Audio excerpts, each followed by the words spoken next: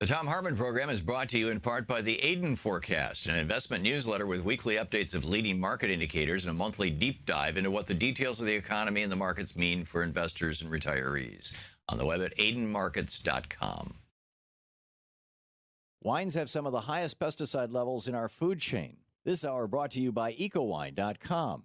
Pesticide-free wines, organic wines, imported from France by the Organic Wine Company, ecowine.com. Hartmann Program is brought to you in part by Super Beets. Super Beets are sourced from non-GMO beets, and they're packed with dietary nitrates, helping to produce nitric oxide for more energy, stamina, and support for healthy blood pressure levels naturally.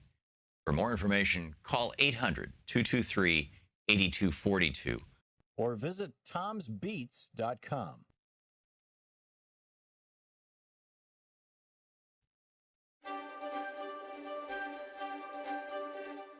And welcome to Thom Hartmann University Book Club. Today we're reading from the book Screwed, The Undeclared War Against the Middle Class and What We Can Do About It, a book I wrote in 2006, but is frankly more relevant today than it was back then. Reading from page 11.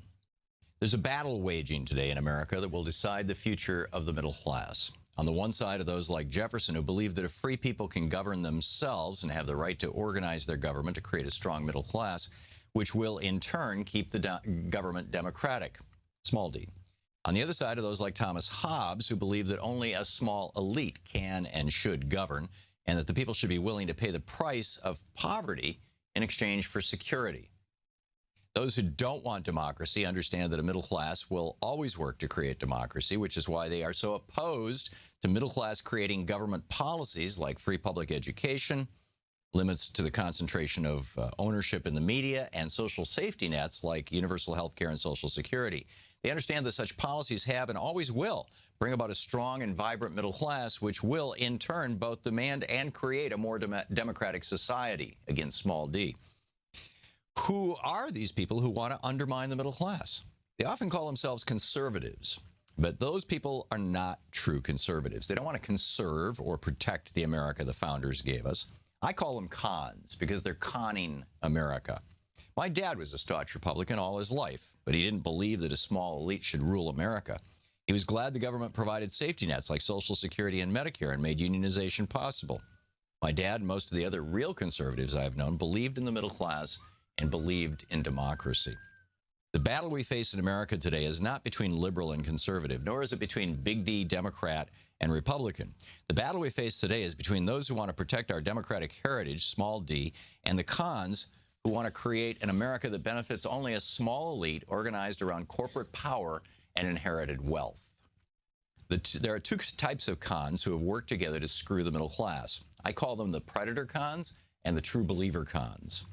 Predator cons are simply greedy. They use politics and or philosophy as a cover for their theft of our common resources and as a rationalization for their growing wealth in the face of growing societal poverty and inequality. They're not conservatives in any true sense. They are not interested in conserving American values or even in keeping American wealth in America. They're the ones who ship jobs overseas, lobby for tax breaks from Congress, fight against the inheritance tax, and reincorporate their companies offshore to avoid paying U.S. corporate taxes. The predator cons' rationalization for their obscene pileup of wealth is that they're simply playing the game by the existing rules. And that's true to a large extent, except that they're also the ones who bought and paid for the politicians who set up the rules for them. They've conned America into believing that they care about the American economy when all they care about is making money for themselves. A great example of a predatory con is NAFTA, the North American Free Trade Agreement. These agreements lower wages for American workers. They do not create well-paying jobs in America. They create record trade deficits. Cons don't even try to argue that free trade agreements are good for America anymore. Arguments like these, such as the Central American Free Trade Agreement, CAFTA, are passed now by a single vote in the Senate in 2005, only because corporate America needs them to reap tremendous profits from the low wages they extract in non-unionized, non-democratic, and socially disorganized countries. Predator cons succeed in passing these agreements by threatening to withhold campaign funds from anyone who dares to oppose them. It's an old game that the robber barons of the 19th century knew well how to play. The second type of con is perhaps even more dangerous than the predators. They're the true believers.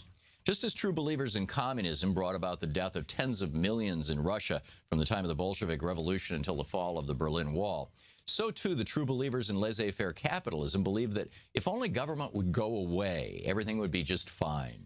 Employers would become benevolent, employees would become enthusiastic, and bureaucratic inefficiencies would just vanish. These so-called free marketers aren't bothered by the consolidation of companies or the loss of competition that happens when markets are unregulated.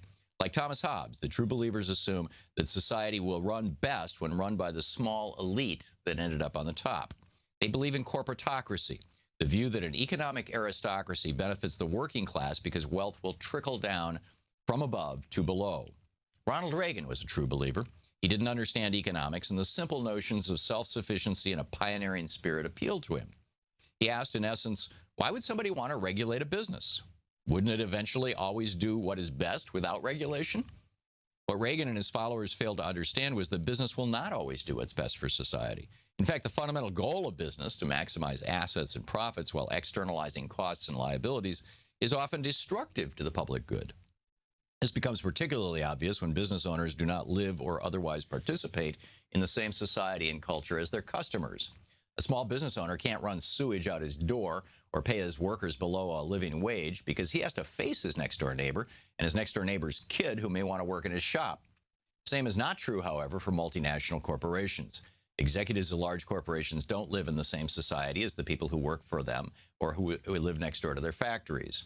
As a result, the legacy of unregulated big business and the concentration of wealth in the hands of the few, that legacy is pollution, worker exploitation, cuts to workers' safety, and the bestowing of profits to the company's elite while cutting benefits to the company's rank and file. This is the book Screwed.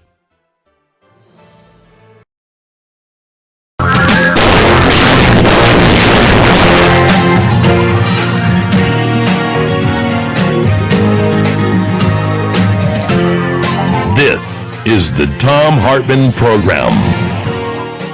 And greetings, my friends, patriots, lovers of democracy, truth, and justice, believers in peace, freedom, and the American way. Thom Hartmann here with you.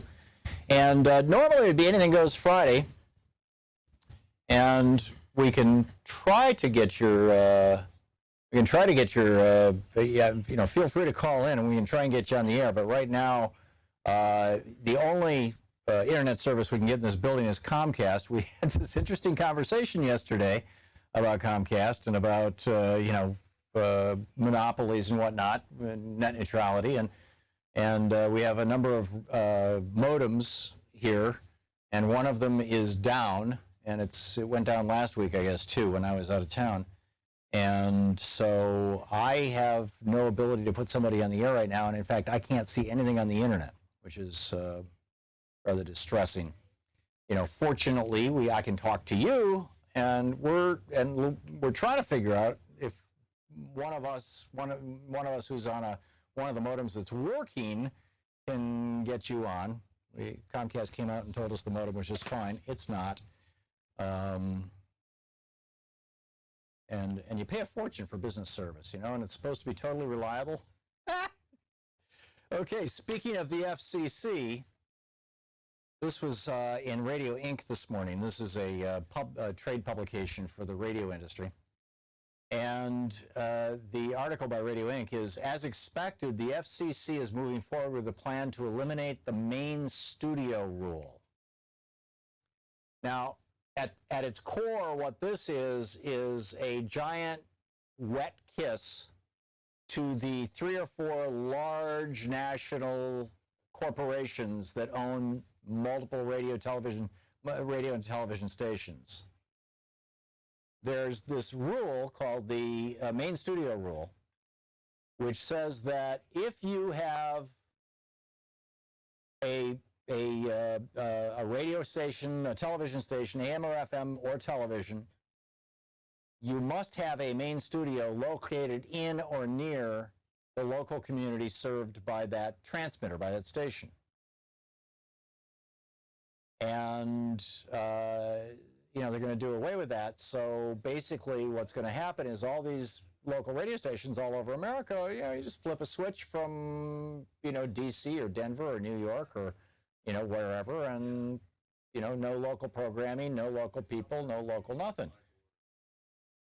And the notice also proposes to eliminate the requirement that the main studio have full-time management and staff present during normal business hours, and the requirement that it be able to originate programming.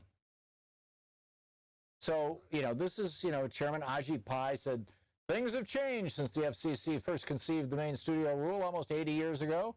Back then, he said, perhaps this made sense.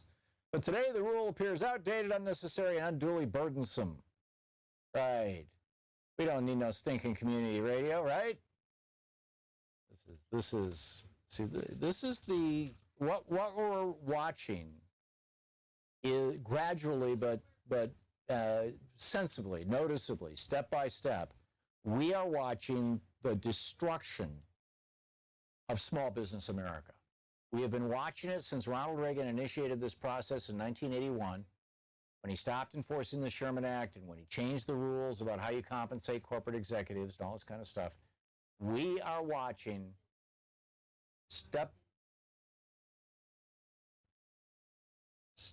it's coming out of the board distorted? Oh, okay. We are watching the destruction of America's small businesses. It's just incredible. It's just incredible. And this, this is the last piece. I mean, of our media. Our media has been taken over now by giant corporations. Our food supply has been taken over by giant corporations. Another story I wanted to share with you. This was an amazing one, and the New York Times doesn't get into the story behind the story. This is by Emily Anthas in the May 16th New York Times. It's titled "The Mystery of the Wasting House Cats." Now, let me give you some backstory. 40 years ago, or thereabouts, 40 or 50 years ago, Ralph Nader started complaining about and pointing out and talking about how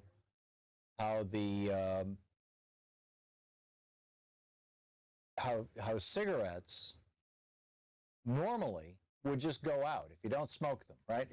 The problem was people were falling asleep on the couch with a cigarette in their hand, or falling asleep in bed with a cigarette in their hand, and the cigarette was catching the couch or the bed on fire and killing them and burning their house down and killing their kids, and lots of people died because of this. And it turns out that a normal cigarette made with normal tobacco, if you don't take a puff on it every minute or so, it will go out all by itself.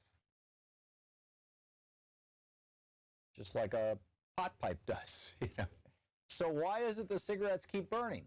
Well, it's because they add a chemical to them which keeps them burning. It's like a weak form of gunpowder. It's an igniting chemical, so that just the little bit of remnant heat that's in the ember will continuously burn the next little piece of tobacco and keep them going. Now, the tobacco industry wanted this to stay this way. They wanted cigarettes to continue to burn, but they were getting all this pressure, and a lot of it, like I said, was coming from Ralph Nader. They were getting all this pressure that they should stop putting this chemical in their cigarettes, so that when people fall asleep in bed, the cigarettes would go out and not catch the bed on fire. So the solution to this was that the tobacco industry funded this huge PR campaign to put flame retardants in our mattresses, in our sofas, and in our carpets. And they had, invented a whole category of chemicals. This was back in the 70s. A whole category of chemicals that make it harder for flammable things to burn.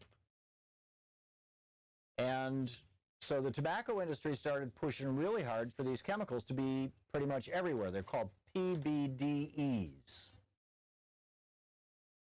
And, which stands for a long word, or a long series of words. Polybrominated diphenyl ethers. Polybrominated diphenyl ethers. So hey, my internet came back up. Hey, how about that? Okay, which call screen software were you using, Louise? Okay. Well, we'll get to that in just a second. I'm going to take a break in just a minute, but hold that thought. I'm going to come back to this in just a minute because the tobacco industry in the 60s and 70s, in order to get out of having self-igniting cigarettes, which would be the normal cigarette, instead of having them on the market, they started this thing where they literally went state to state and got laws passed requiring furniture manufacturers to spray their furniture with these chemicals. Well, it turns out it, not only might be messing with you and me, but it's killing cats. And this amazing article, The Mystery of the Wasting House Cats, by Emily Anthes, the subtitle is 40 years ago, feline hyperthyroidism was virtually non-existent. Now it's an epidemic, and some scientists think a class of everyday chemicals might be to blame. That's the headline and subhead. So we'll get to that. We'll get to more in just a minute. Stick around. We'll take it. This is the Thom Hartmann Program. We'll be back with more. Stick around. Thom Hartmann here.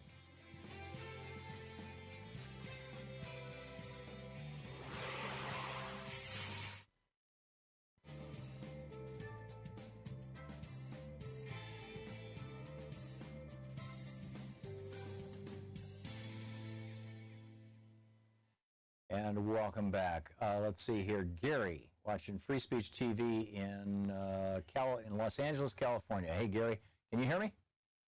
Yes, Tom. Hey. Good morning. Great. Okay, we got one of our modems back up again. Yeah, it's time that we gave great credit to Al Franken for asking the one question of Sessions that caused him to lie, that required him to recuse himself, that brought us Rothstein, which brought us Mueller.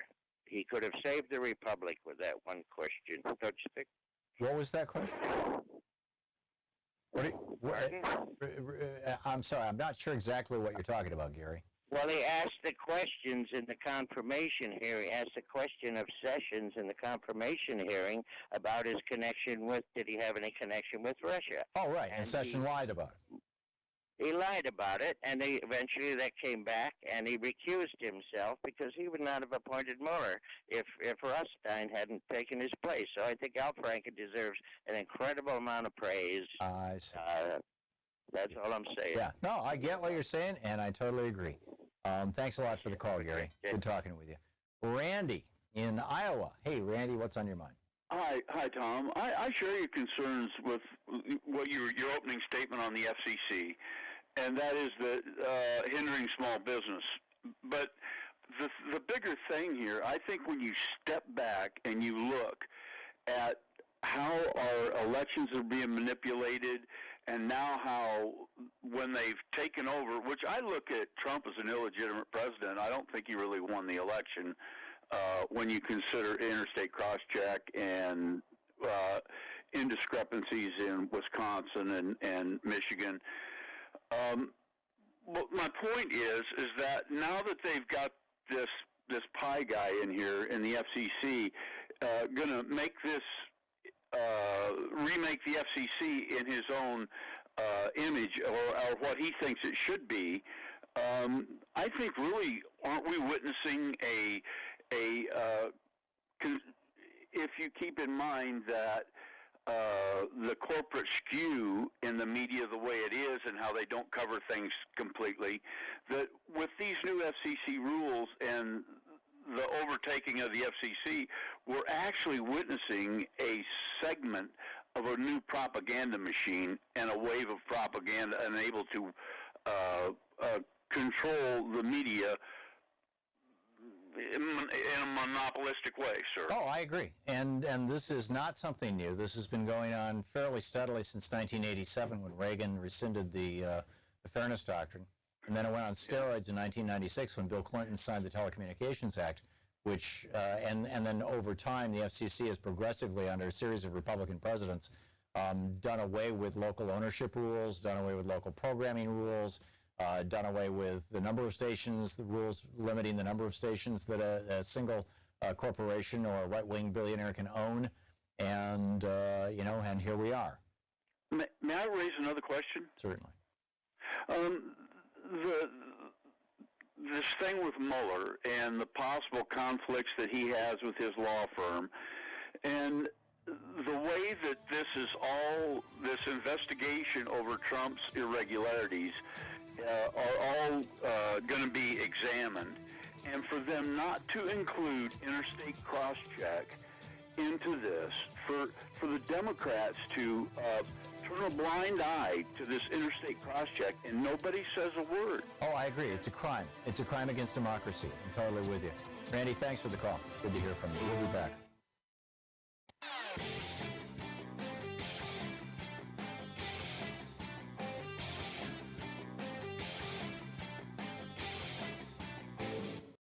Hi, I'm Valerie with Free Speech TV. We're proud to provide you with independent, unfiltered news and documentaries. And as our valued viewer, you can help us continue bringing Free Speech TV well into the future. Join our Pearly Gate Rebels, our planned giving program. Your gift of any size will help ensure democracy endures through an informed citizenry. You can donate property, money, or assets. It's easy. My spouse and I are proud Pearly Gate Rebels. We're doing our part to ensure that Free Speech TV will be here to deliver thought-provoking news and information well into the future. Join us. Call 877-378-8669 or email me at valerie@freespeech.org. Rebel against media owned by billionaires and become one of our Pearly Gate Rebels today.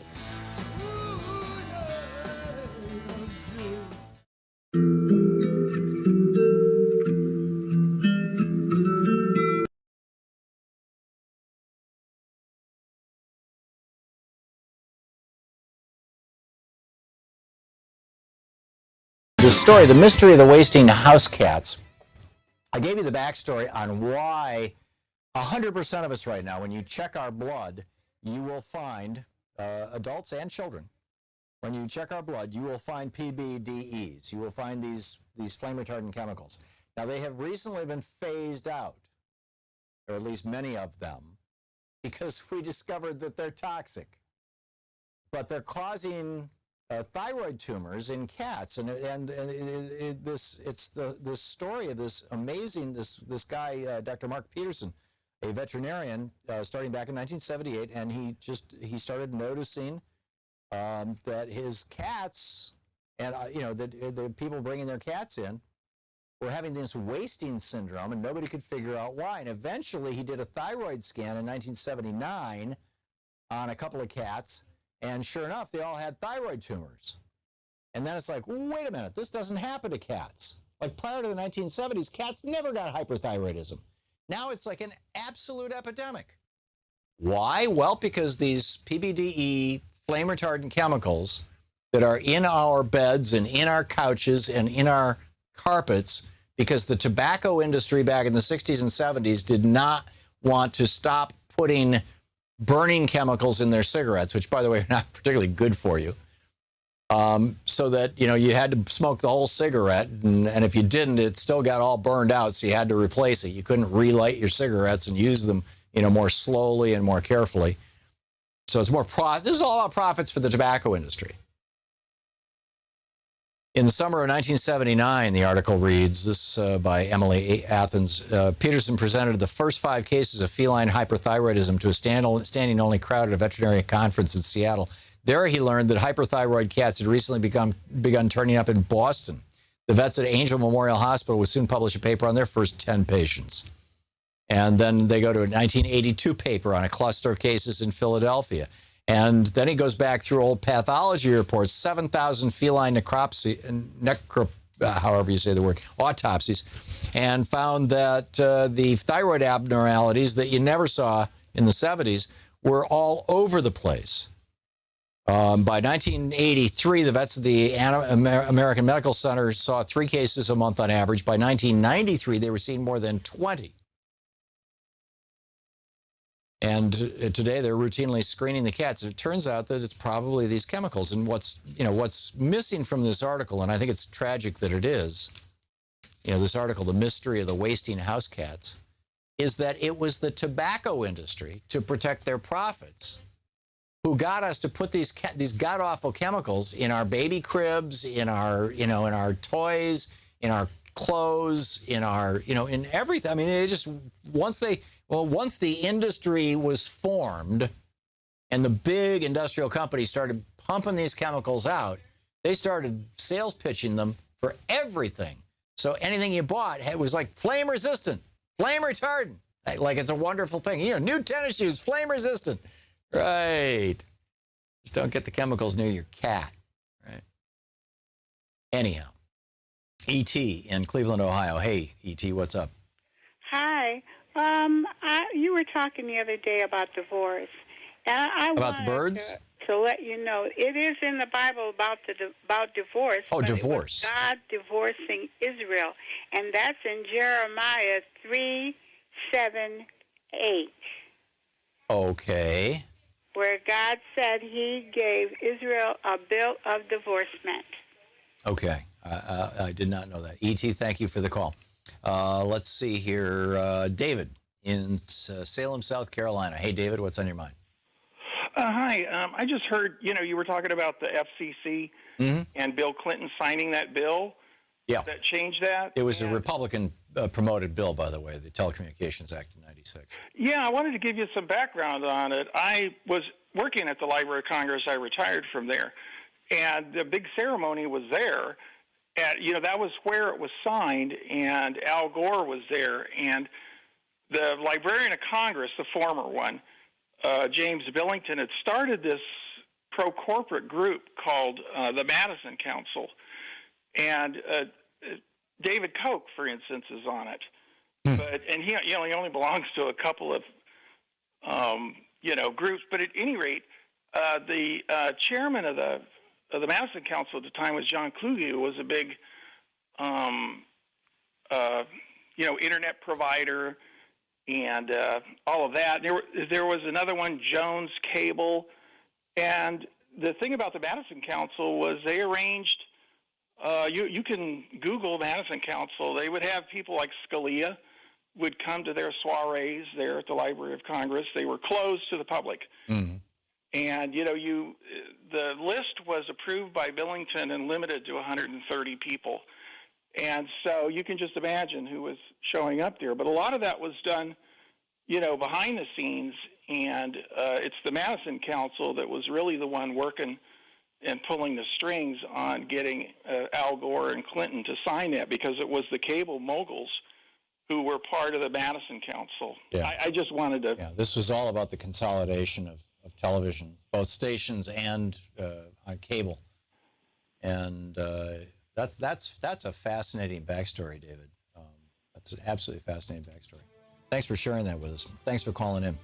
It seems like our phone lines are working, so and my software is working.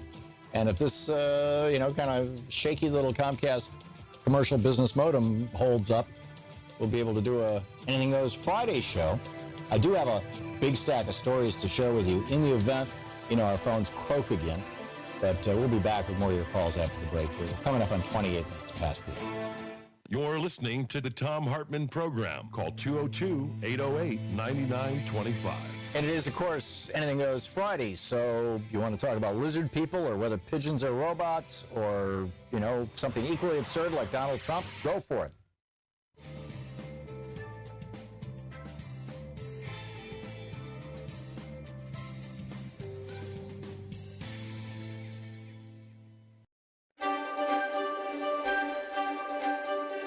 It's Thom Hartmann University Book Club. Today we're reading from The Last Hours of Ancient Sunlight. This is toward the very end, and it's a chapter titled Transforming Culture Through Politics. Many think it's just to fund tax cuts and subsidies for the rich, that the multimillionaire CEOs who've taken over almost all senior posts in government are just pigs at the trough. And this is a spectacular but ordinary form of self-serving corruption. It all seems so plausible, and there's even a grain of truth to it.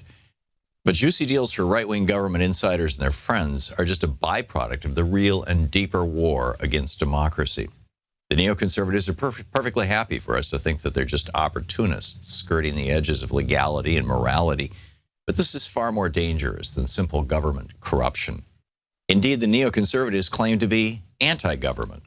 As a leading spokesman for the neocon agenda, Grover Norquist told National Public Radio's Mara Eliason in a May 25, 2001 Morning Edition interview, quote, "I don't want to abolish government. I simply want to reduce it to the size where I can drag it into the bathroom and drown it in the bathtub," end quote.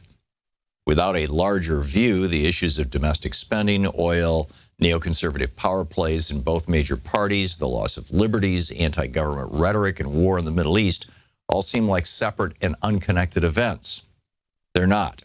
The new conservatives who've seized the Republican Party and who, through the Democratic Leadership Council, are nipping at the heels of the Democratic Party are not our parents' conservatives.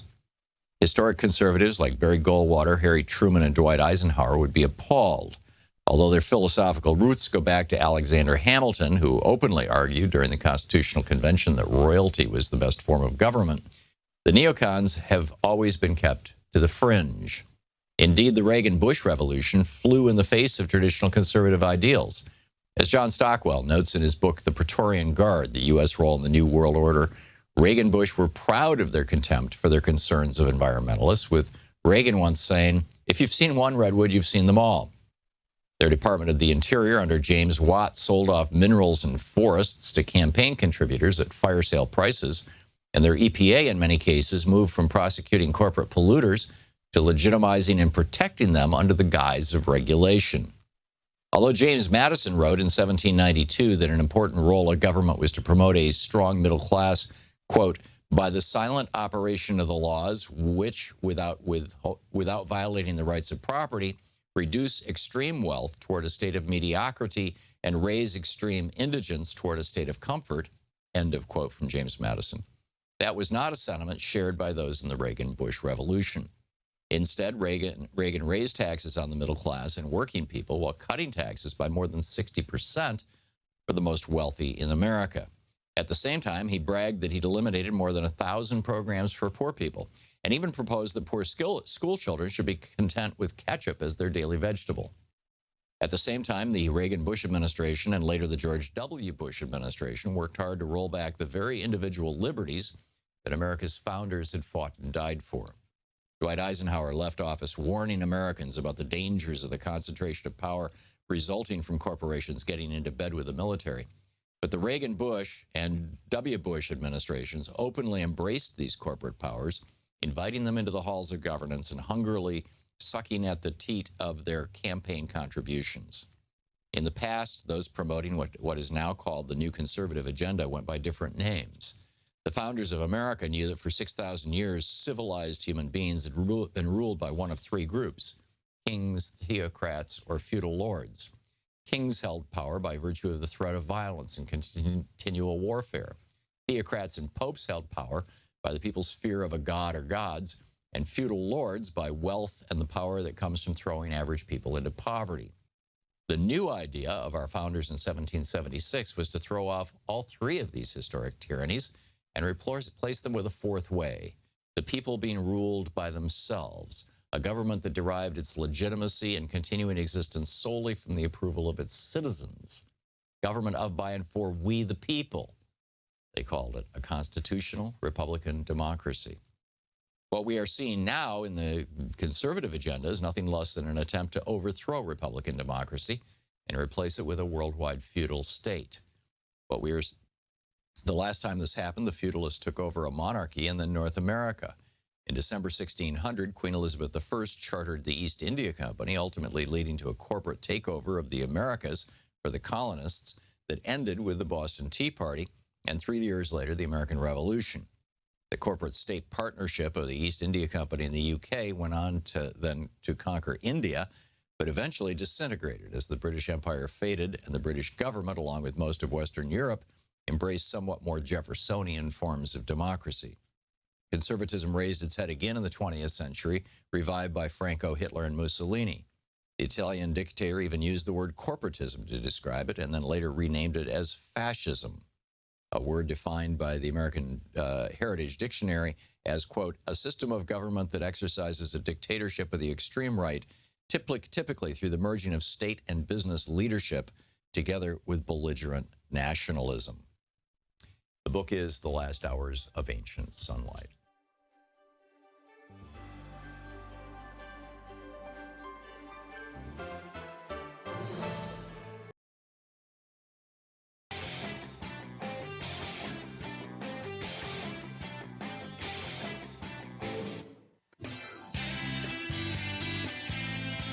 Welcome back. Thom Hartmann here with you. Boy, what a day. What a day. I have some economic news, too, that I want to share with you in just a minute. But we'll get to that in a minute. First off, It's Anything Goes Friday, so let me pick up your phone calls. Jared in Downingtown, Pennsylvania. Hey, Jared, what's on your mind? Hey, Tom, how you doing? I want to talk about Syria and Trump's recent attack on what appears to be an Iranian militia group, yeah. Militia group that was near the border of Iraq in Syria. And I think a lot of Americans, when they hear this, they say, we have U.S. troops in Syria? What? Yeah. And I'm like, yeah, we do. And a lot of people just don't know this stuff. Right. And it's like people just don't know their history. In fact, the other day, my father, he had like on Oliver Stone's series about America, and he was telling me he looked up to me and said, this vice president of FDR, he's such a great guy. I never knew who he was. Henry Wallace? Like, it was Henry Wallace, and I was like, yeah, and Thom Hartmann always talks about him all the time.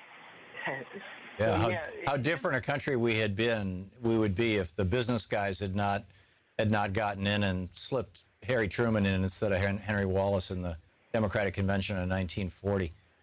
1944. Or 44, yeah, you're right. Thank you. Yeah, that would have been interesting if he had become president. Yep. But anyway, back to Syria. I think this was deliberate by Trump because he's going to Saudi Arabia today. Right. Now, and Saudi so this Arabia, is. Yes.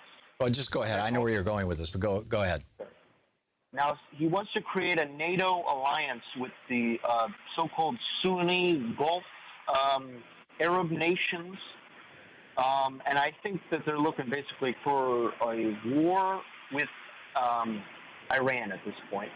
They're looking at full-blown war. And I don't know if this Syria attack was deliberate so much at Assad, if it's not so much towards Iran. And I want to get what do you think of this development? Well, I think the third possibility is this was a gift to Saudi Arabia.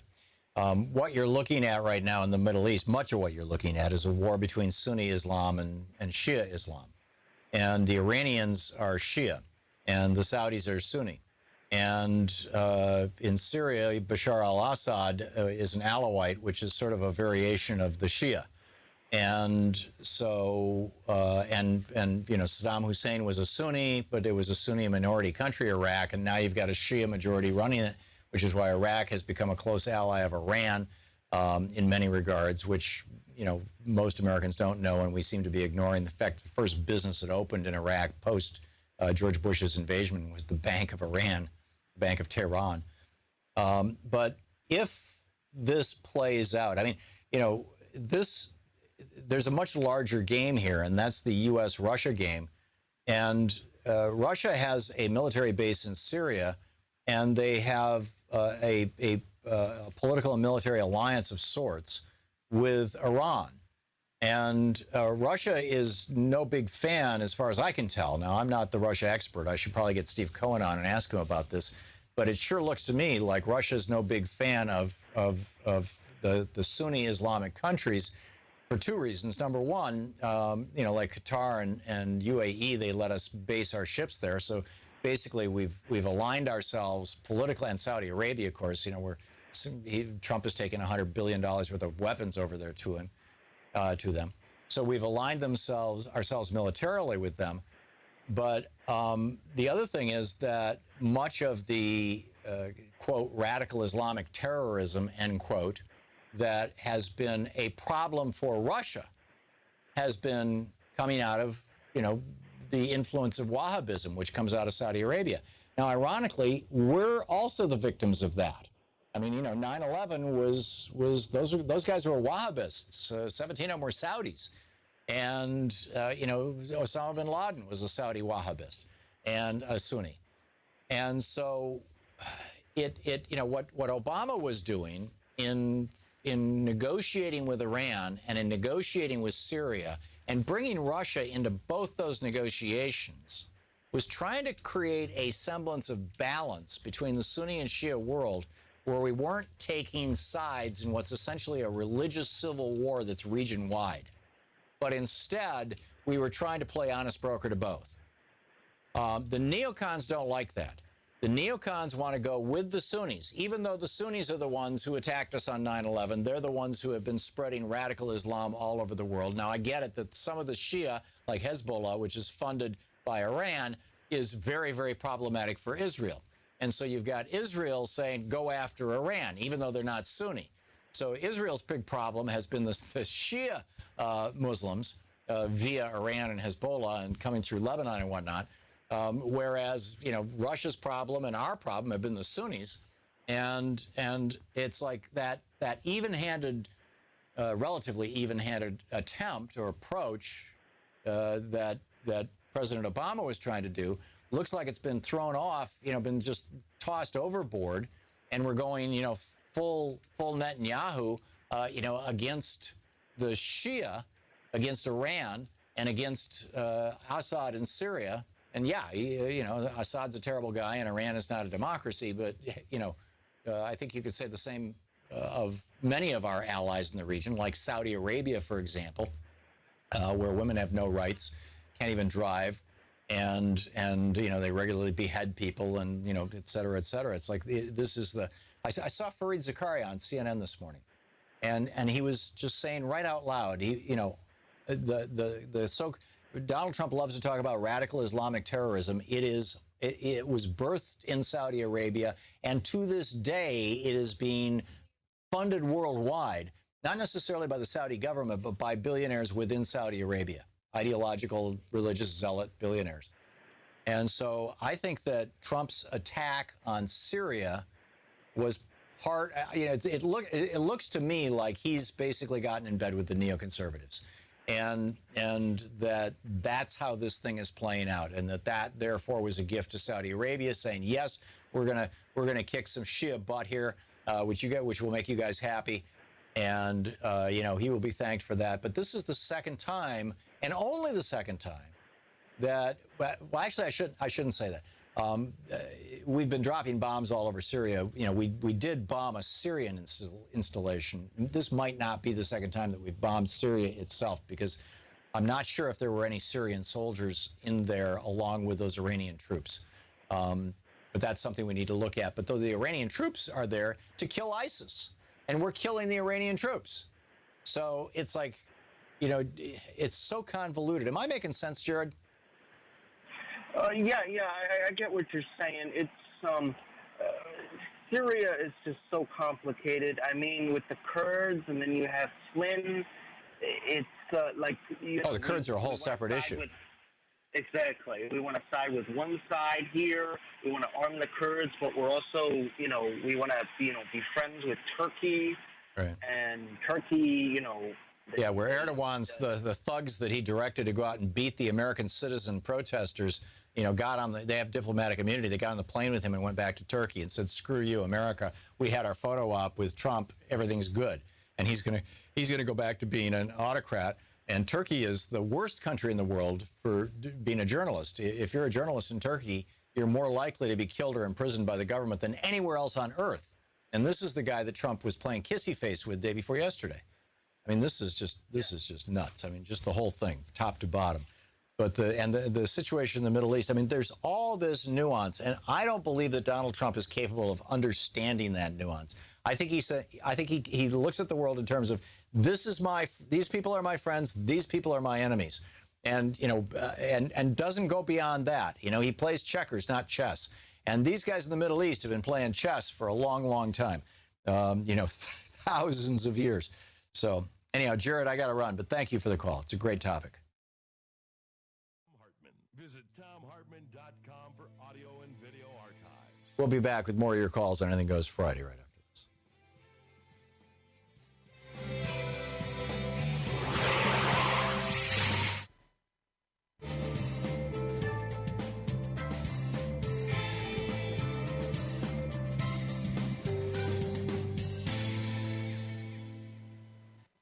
And welcome back.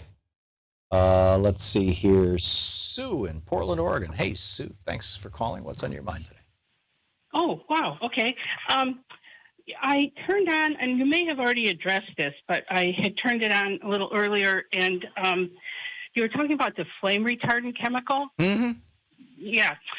So in the 70s, I was living in the state of Michigan, and I think that's the same chemical that had got into the cattle feed.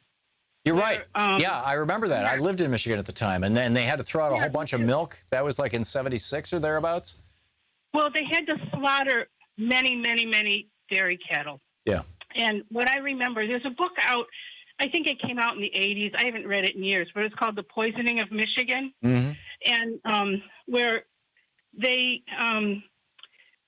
sort of quarantined the milk. I mean, it could be sold within the state, but they couldn't sell it outside the state. I believe that's how it went. And I wondered if you knew any follow-up on any of that, whether they had done studies of, because that chemical then was in the general population. Yeah, these were the PCBDs. I think we just called them PCBs back then. Yeah. So I know of no follow-up studies on that at all, Sue. I'm sorry. I can't Google in real time while I'm talking on the phone here. Right. But it's worth looking into. Yeah, because it was just like millions of people, drink that milk, and there was a long cover up for forever till they finally got to. There's that. I want to say Opie was in a movie, but you know who I'm talking about. Ron Howard? Yes, it's called Bitter Harvest, and it was also about that whole situation. Oh, interesting. And so, anyway, and that was from the 80s also. Yeah. And so anyway, I just wondered if there was any, now that it's so many years later, had they done any follow-up on the health of the people? I don't know, but Sue, if this is an area of curiosity for you, why don't you poke around on the internet and see what you've come up with, and if you find something interesting, call us back and let us know, okay? I will do that. Okay, great. Sorry, not to just say, hey, thanks for calling. By the way, you do all the work. I didn't mean it to sound like that, but thank you, Sue. Please do the work. Jesse in Miami, Florida. Hey, Jesse, thanks for watching Free Speech TV. What's on your mind? Hey, hi, Tom. Hey, a real quick one. You think they could make a movie about Trump flying over the cuckoo's nest? Yeah, he's flying into the cuckoo's nest, I'll tell you. Yeah. Wow. Capitalism. Mr. Washington freed the rich white men. Mr. Lincoln freed the poor black men. Slavery, I would say, is mental slavery compared to what these guys dealt with in the past. Jesus Christ had a problem with the slavery of the Roman Empire. So today, Marx tried to deal with the slavery of the workers, and we see that didn't work out. So you think today we have some lessons learned, and we could tell the boss that, look, you a slaveholder, it's mental, and it's not the body that you own now, it's the mental part. Yeah. You think these people could understand that this? Unfortunately, I don't, Jesse. And the proof of that is like one of the big anti-slavery things in your context is unions. And you got union members voting for Donald Trump.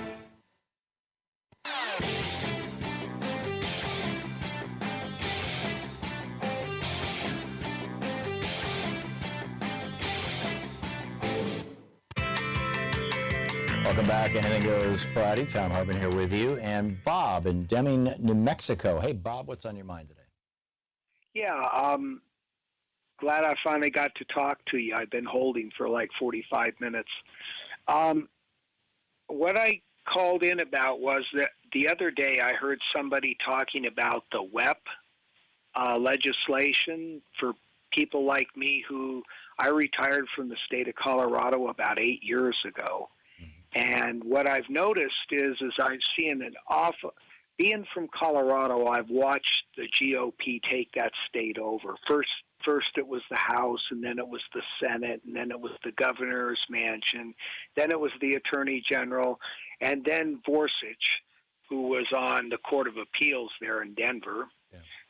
And what I wanted to say about the WEP is that people shouldn't worry so much about the WEP. I just got my Social Security statement the other day, and it actually mentions the WEP on mine because what is the WEP? Pension.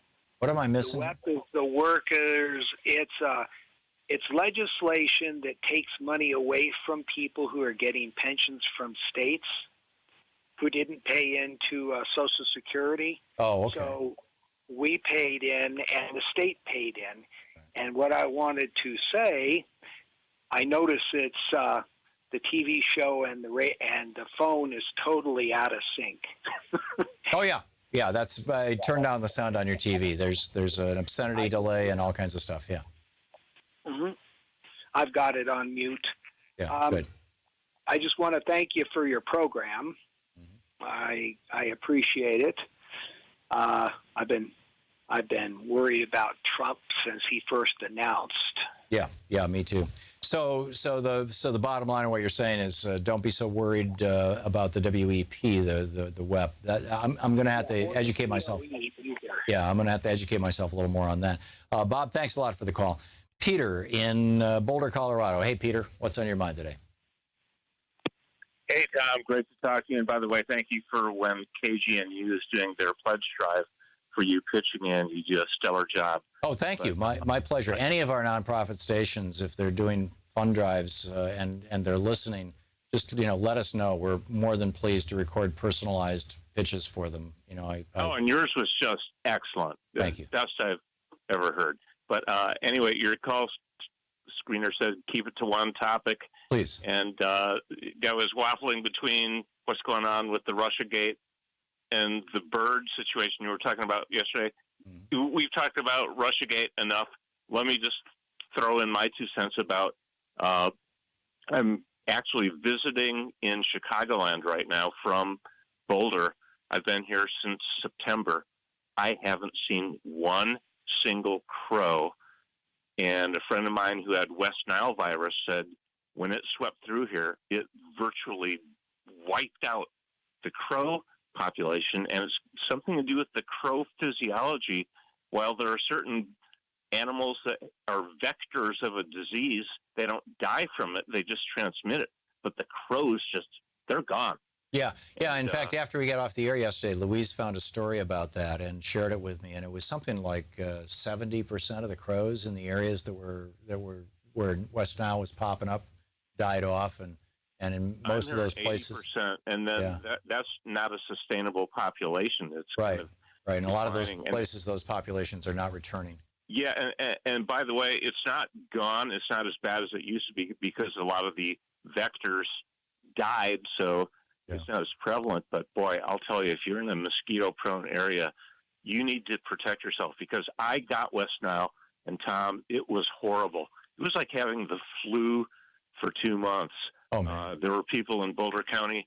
This one woman was in a coma for 2 months.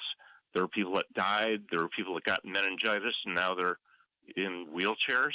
Wow. And it's horrible. And I attribute a lot of this to global climate change. We're going to see things like Zika virus and things that are have never been up here before because of the change. And I recall the story about up in Alaska, there are these bees showing up, and in the native, I don't know, Inuit or language, whatever, they don't even have a name for these because they've never seen them before. Right. It's because they're migrating north. Look, Yeah, and also we're seeing now in the southern states in the United States, in some early cases, you're seeing dengue fever, breakbone fever, which can be fatal, but mostly is just insanely painful.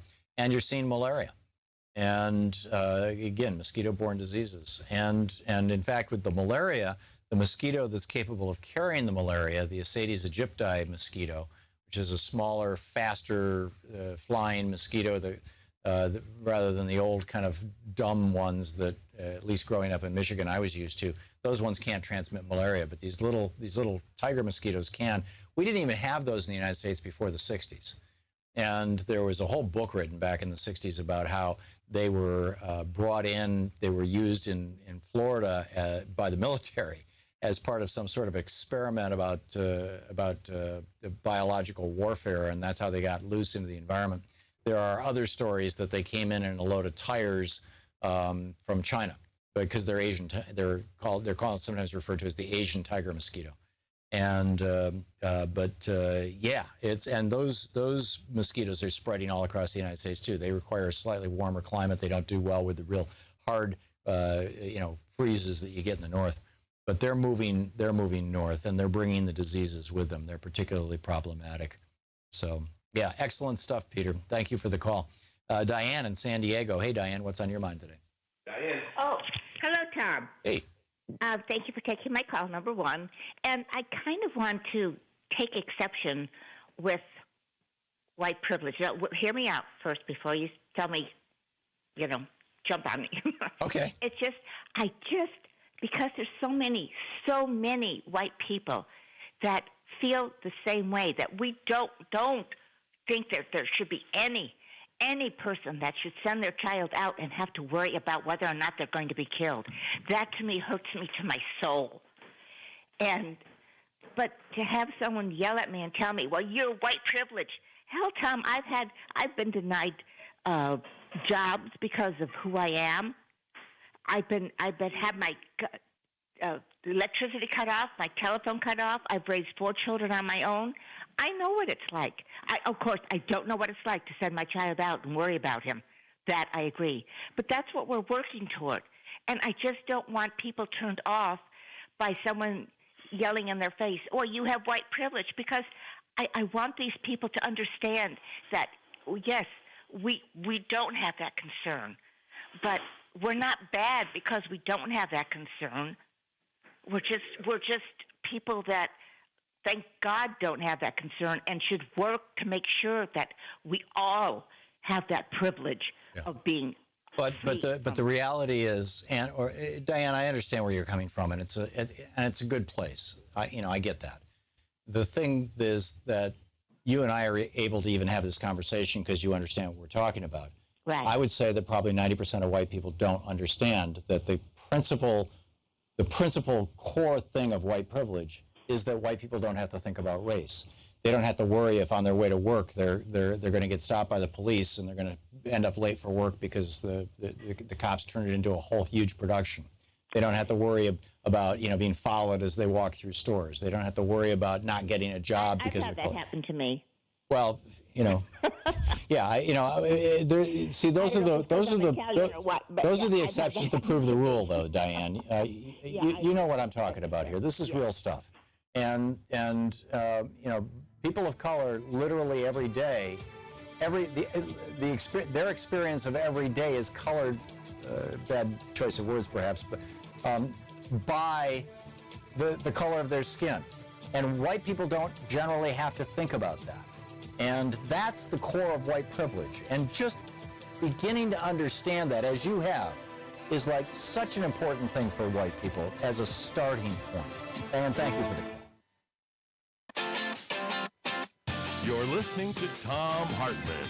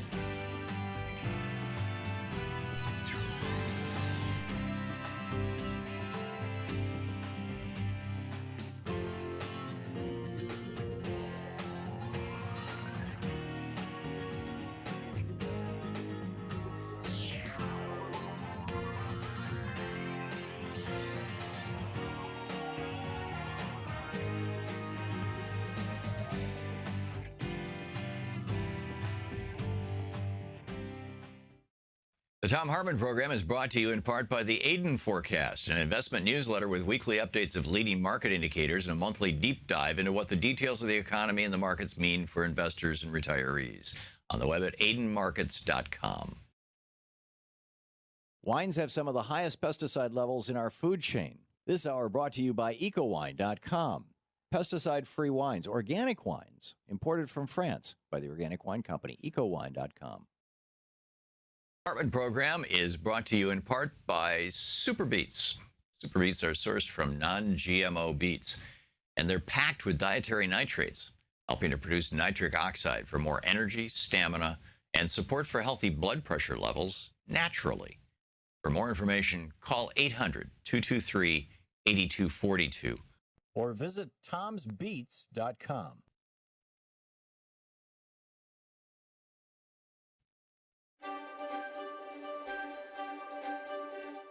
Welcome to the Thom Hartmann University Book Club. Our book today is Walking Your Blues Away, How to Heal the Mind and Create Emotional Well-Being. And we're reading starting on page 2 in the introduction. The human body is a self-healing organism. When you cut your finger, it heals. If you break your leg, it heals. Even if part of you is cut out in surgery, the surgeon's wound heals. We heal from bacterial and viral invasions, from injuries, from all variety of traumas. The mechanisms of healing are built into us. 5 million years of evolution or the grace of God or both have made our bodies automatic healing machines. So why wouldn't the same be true of our minds and our emotions? All of the traumas that we experience in life leave their wounds. If humankind hadn't had ways of healing from those emotional and psychological blows, over time society would have become progressively less functional. Instead, history shows us that people usually recover from even the most severe psychological wounds, often learning great lessons or gaining important insights in the recovery process. The famous Hawaii longitudinal study of children raised in stressful, disadvantaged conditions, they were migrant farm workers, found that a higher percentage of the children grew up to be highly resilient than did a middle-class control group. The generation that survived the Great Depression and the Nazi Holocaust in Europe went on to create important social institutions, build nations, and offer comfort and hope to humankind. Elie Wiesel's experience specifically comes to mind, although he never would have wished on another the horrific experience of being in one of Hitler's death camps. Through his writing of that experience, he has given a particularly inspiring model of resilience and healing to the world. The reality is that although adversity breaks some people, it strengthens others. And when people heal from adversity, the old cliche of what doesn't kill you makes you stronger usually rings true. But just as with the production of scar tissue in the healing of a wound to the skin, a process involving millions of cells producing very specific compounds in response to the trauma in the tissue, there must be an inborn mechanism for healing the mind and the emotions. And just as healing from a cut can be speeded up by keeping the wound dry, or can be slowed down by letting the wound get wet or dirty and irritated, this emotional healing is also a process that can be either stimulated or thwarted by our interventions. In this book, I've identified a specific healing mechanism and process that nature has built into the human mind and body that enables us to process trauma in a way that is quick, functional, and permanent. Just like the skin's mechanism for forming scabs and scars and eventually even making the scars vanish, this mechanism is simple, fundamental, and elegant. In its simplest form, this mechanism involves rhythmic side-to-side stimulation of the body. The side-to-side motion, or bilateral motion, causes nerve impulses to cross the brain from the left hemisphere to the right hemisphere and back at a specific rate or frequency. This cross-patterning produces an organic integration of left hemispheric thinking functions with right hemisphere and brainstem feeling functions. This integration is a necessary precursor to emotional and intellectual healing from trauma. This steady movement of nerve impulses across the hemispheres of the brain is stimulated by the bilateral movement processes of a variety of modern forms of psychotherapy, such as eye movement desensitization and reprocessing, also known as EMDR, emotional freedom technique, and thought field therapy. In its purest form, however, I've discovered that the natural and rhythmic left-right process of walking while performing a simple mental exercise can also stimulate the same internal integration process. This, I posit, is the way humans have healed themselves for trauma for the hundreds of thousands of years of human history, And it's only because so few of us walk anymore that we have to resort to office-based psychotherapeutic processes to produce a similar result. And that result is impressive. When we stimulate the nervous system in this bilateral manner while calling to mind a persistent emotional distress, the emotional charge associated with that memory quickly and permanently dissipates. This isn't a process of producing amnesia or forgetting. Instead, it's a way of reframing the past, a way of re-understanding or putting into context what has been so unnerving to us. When we perform this bilateral process correctly, the pictures of painful past events in our memory transforms from stark, scary, sound-filled color movies into black and white still pictures that are flattened out and lose their sound. The internal dialogue we have about the events, the tagline that we tell ourselves, and actually hear in our own heads and in our own voices, changes. Usually from something like, that was a painful experience that still scares me, or I was victimized in that relationship, to a more productive synopsis, such as, yes, that happened to me, but it's well in the past now, and I've learned some good lessons from the experience. I can now let go of it. Inciting the movement of nerve impulses across the brain's hemispheres helps people come to terms with their past. They stop being frightened by their imagined futures and feel comfortable and empowered in the present. Walking while holding a traumatic memory in mind in a particular way can produce this result in a very short time. And the book goes on to talk about how exactly to use simple walking, just going out for a 20-minute walk, which is physically good for you. Use that simple walking and combine it with a very specific set of mental exercises that Sigmund Freud and Franz Anton Mesmer and others first discovered years ago. Walking your blues away. Hey, want to hear that clip again? Subscribe to the Thom Hartmann Program on YouTube to see all your favorite show highlights.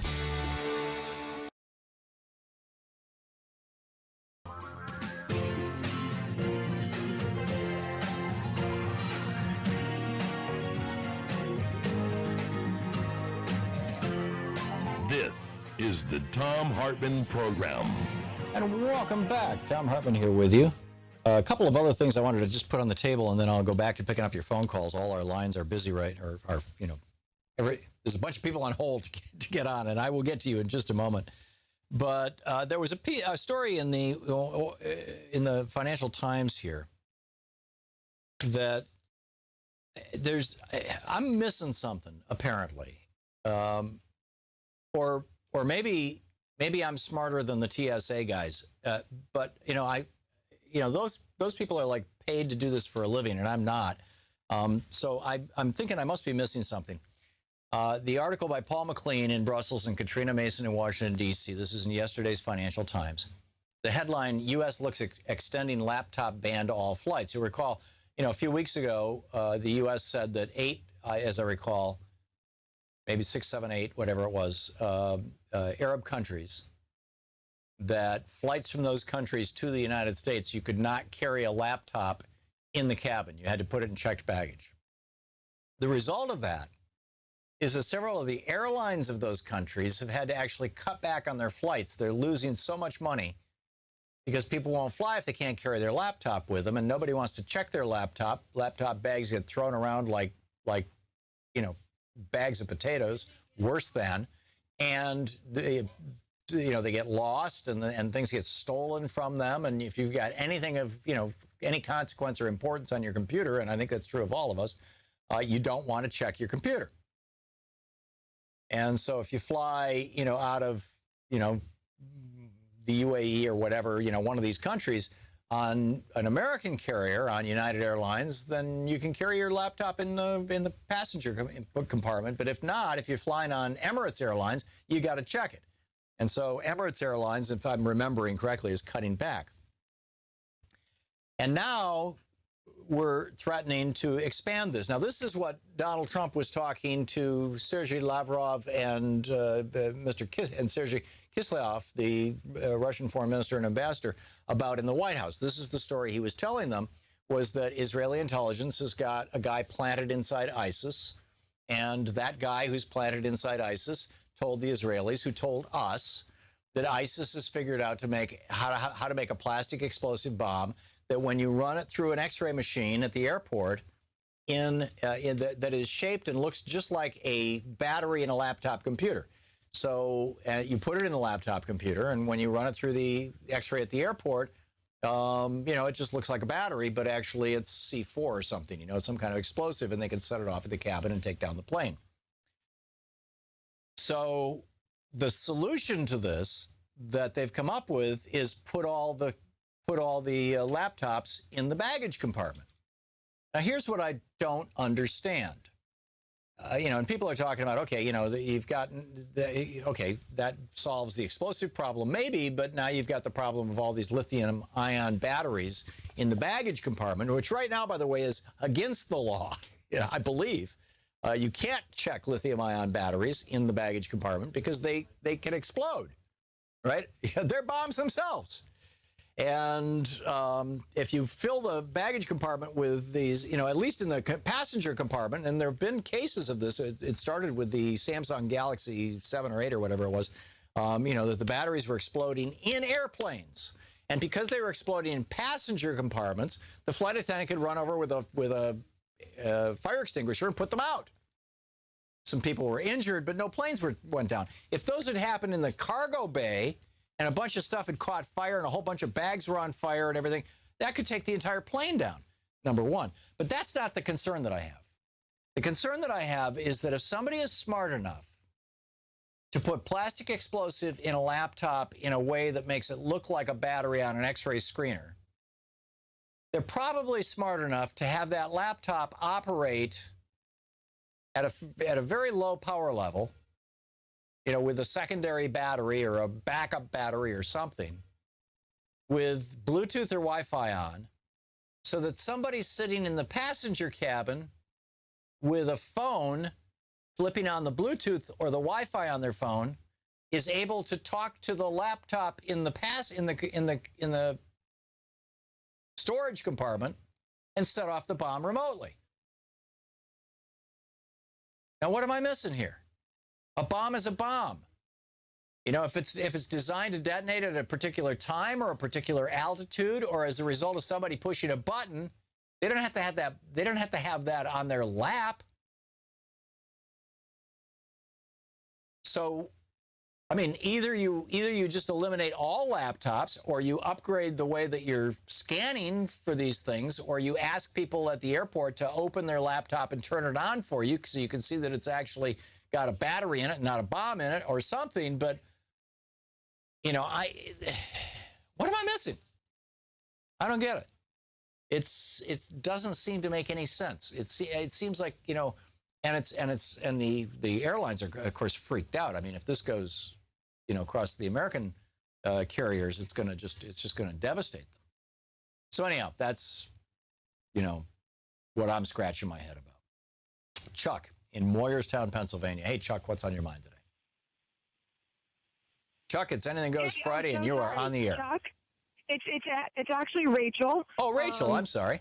Yeah, no, it's totally okay. We had to switch around because we are actually on the road. We are with March on Harrisburg, marching from Philadelphia to Harrisburg. We are a nonpartisan, volunteer based organization that has been lobbying for the past 6 months on 3 pro-democracy bills.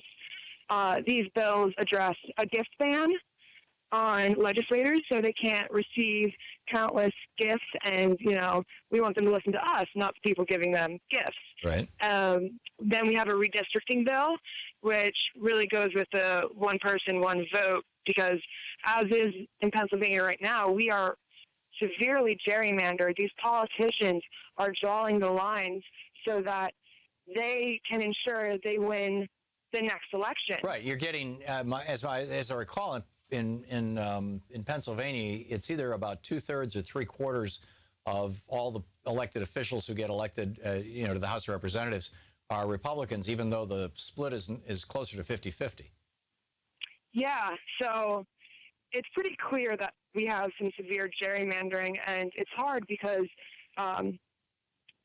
these politicians want to stay in office. As with the gift ban, these politicians want to keep getting gifts. Now, our last bill addresses automatic voter registration, which pretty straightforward one, but a lot of people don't know that it's actually the fiscally sound and conservative idea, because right now we currently spend about $4 per voter with the processing of the paper, going out and getting people registered, and we could cut that down by making it so whenever you interact with government officials, or government agencies rather, you will be automatically registered to vote, and that will cost less than 50 cents. Yeah, and that's great. And by the way, in fact, I think people should be put in that line at the moment of birth. It should be part of the birth certificate process is automatic registration to vote 18 years later. Yeah, it really should be. But it goes into the system. But see, you said this is actually conservative. It's economically conservative by the definition of the dictionary.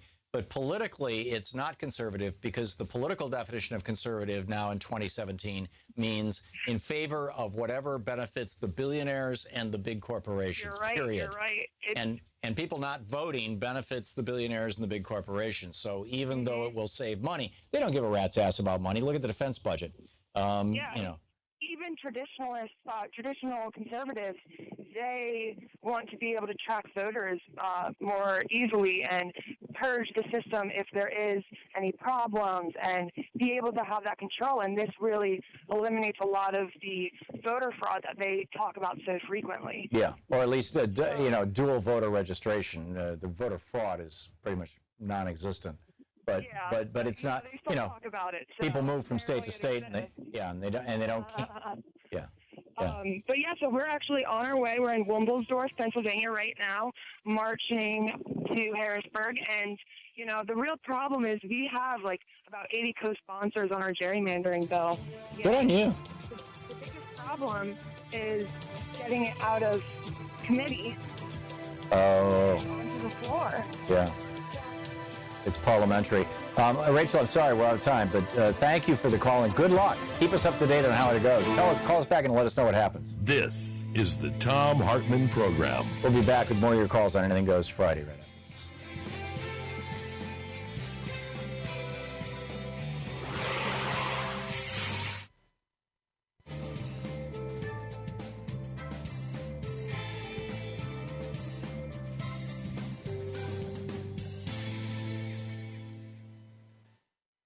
And welcome back.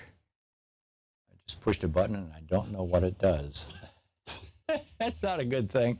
Okay, Norma in Montgomery, Alabama, watching us on Free Speech TV. Norma, can you hear me?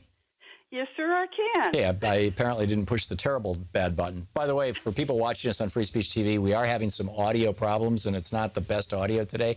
My apologies. I think it's tied into the fact that we had that bad Comcast router, but we can't reboot the entire system. It would take us off the air for 5 minutes. So we're just going to have to put up with it through the show. I hope our audio is acceptable to you, Norma. Well, actually, the audio is fine, and today there's not any problems that I have seen on DirecTV. Oh, great. Yeah. Great. Okay. But the lady was talking about her reapportionment, reapportionment. Redistricting. Redistricting. Yeah, well, here they're calling it reapportionment, and it's not passing, and it's a fight over it. But the reason I called was the Kurds. Mm-hmm. I don't know how many people understand the history of the Kurds or their lost country, Kurdistan. This goes back to, I believe, the Versailles Treaty, in which their country was divided up into 3 chunks. Part was given to Turkey, and it contains water. Part was given to Iraq, where the oil is, and part was given to Syria. Right. These people lost their country, and they want it back. That's correct. So I don't know what their hope of ever getting it back, if it's realistic or not. But that's part of why they're fighting, trying to get their country back, and they're not getting along with Turkey, is they want their country back. Yep. And, this goes back to, like, if you pull up a map of the area and you look at Iraq, you can see where the Seljuk, the Seljuk Empire used to be.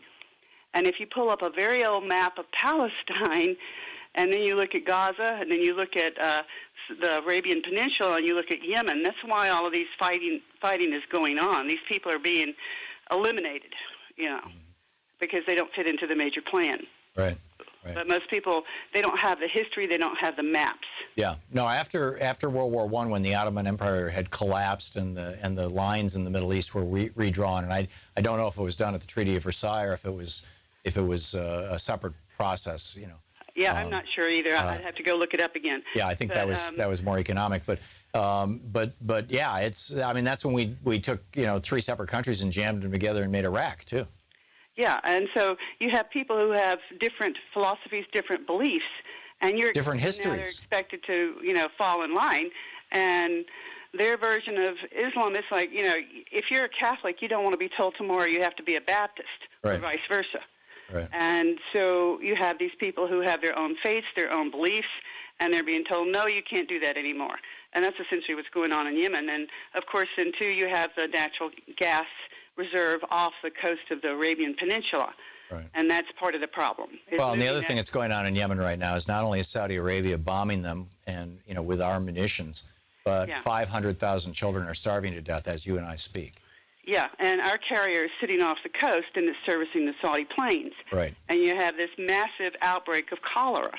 And, you know, here we have people with no health care and people travel. And there is no coverage of this in the media, at least in the American media. When Louise and I were in Europe, I saw it on television frequently, usually on BBC, but no coverage whatsoever in the American corporate media about the horrors that are going on in Somalia and Yemen right now.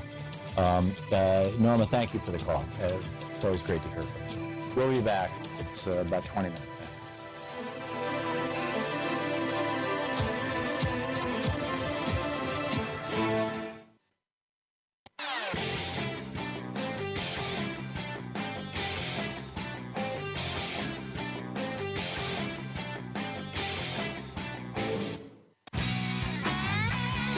Welcome back. Thom Hartmann here with you. Troy just looked it up for us. It was the Sykes-Picot Agreement, not the Treaty of Versailles, that did away with Kurdistan and created the whole, you know, song and dance for, you know, creating Iraq and all this other stuff. So, in our chat room, Big Tobacco wins fire marshals as allies in flame retardant, an old Chicago Tribune story. Yeah, it's great. People are tracking this stuff down.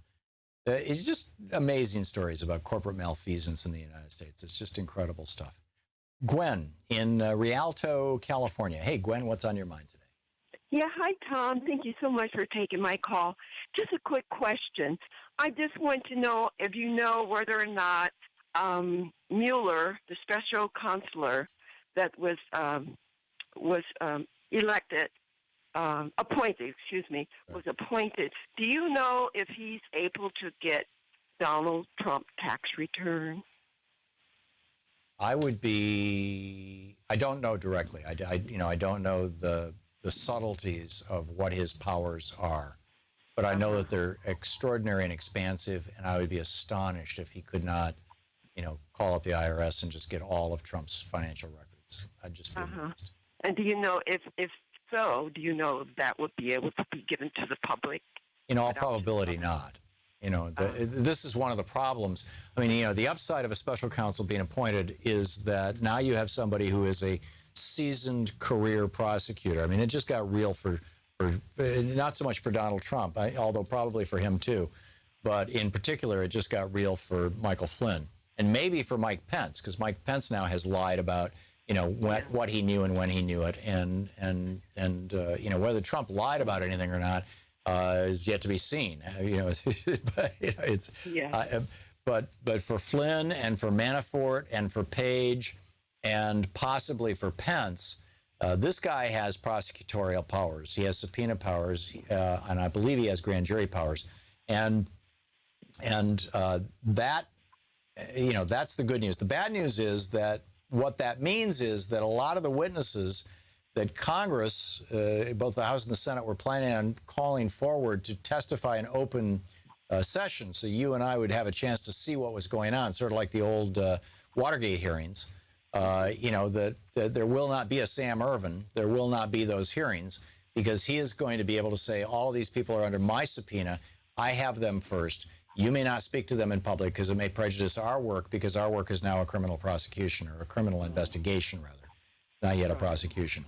So I'm expecting that probably over the next few months, maybe 3, 4, 5, 6 months, that this topic is going to quiet down a lot while Mueller does his, work. And then either it's going to explode in everybody's faces, or he's going to say there's no there. And if he says that, he's going to have to document it. He's going to have to satisfy a whole bunch of people, and then Congress may or may not proceed.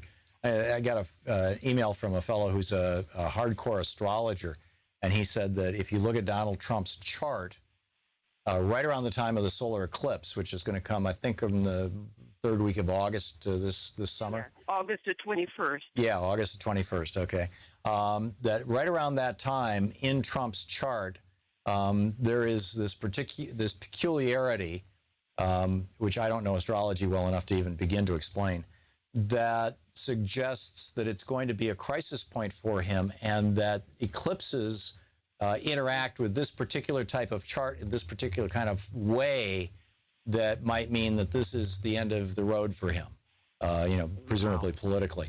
But, who knows? I mean, it's just, who knows?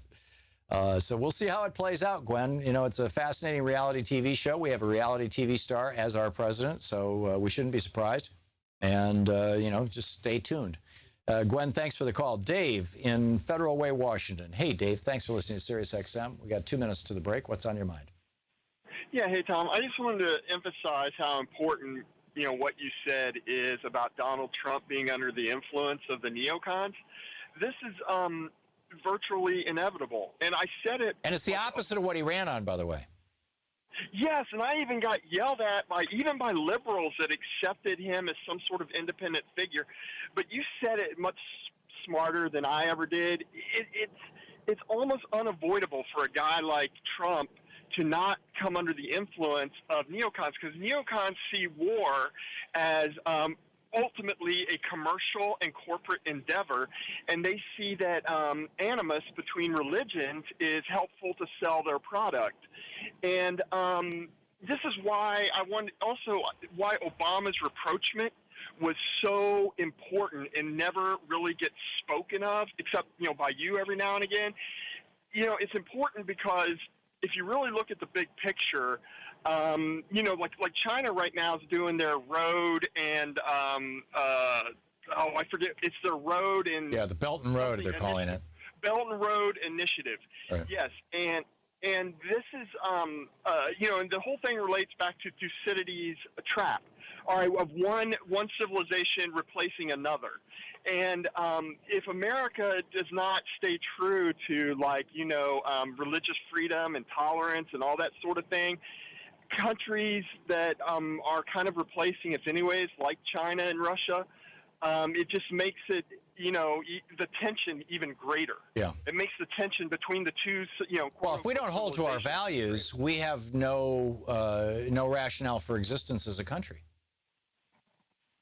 Right, other than by force of except by military force. Yeah, no, I mean as a rationale, a reason for existence. I mean, why did the founders create this country? Because they had a set of values derived out of the Enlightenment. And why have we fought all these wars and done all these things in the internet to enhance those values, to embrace those values? If we turn away from those values, the entire history of this country becomes rubble. Thank you for the call. Very well said. You're listening to the Thom Hartmann Program. Call 202-808-9925. It's Anything Goes Friday. We'll be back with more of your calls right after this.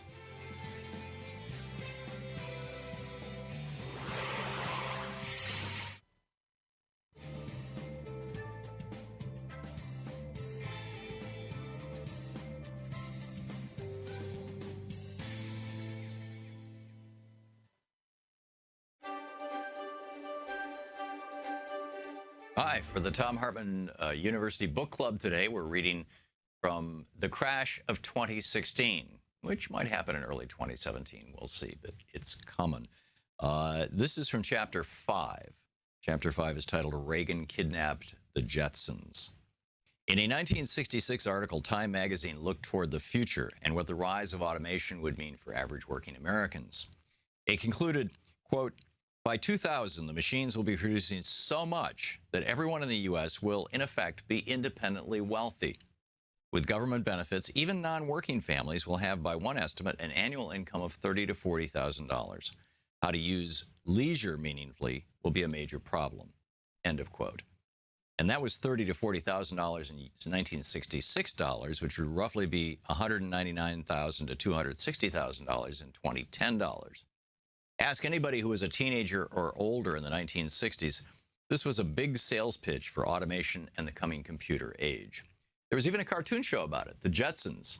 And everybody looked forward to the day when increased productivity from robots, computers, and automation would translate into fewer hours worked or more pay or both for every American worker.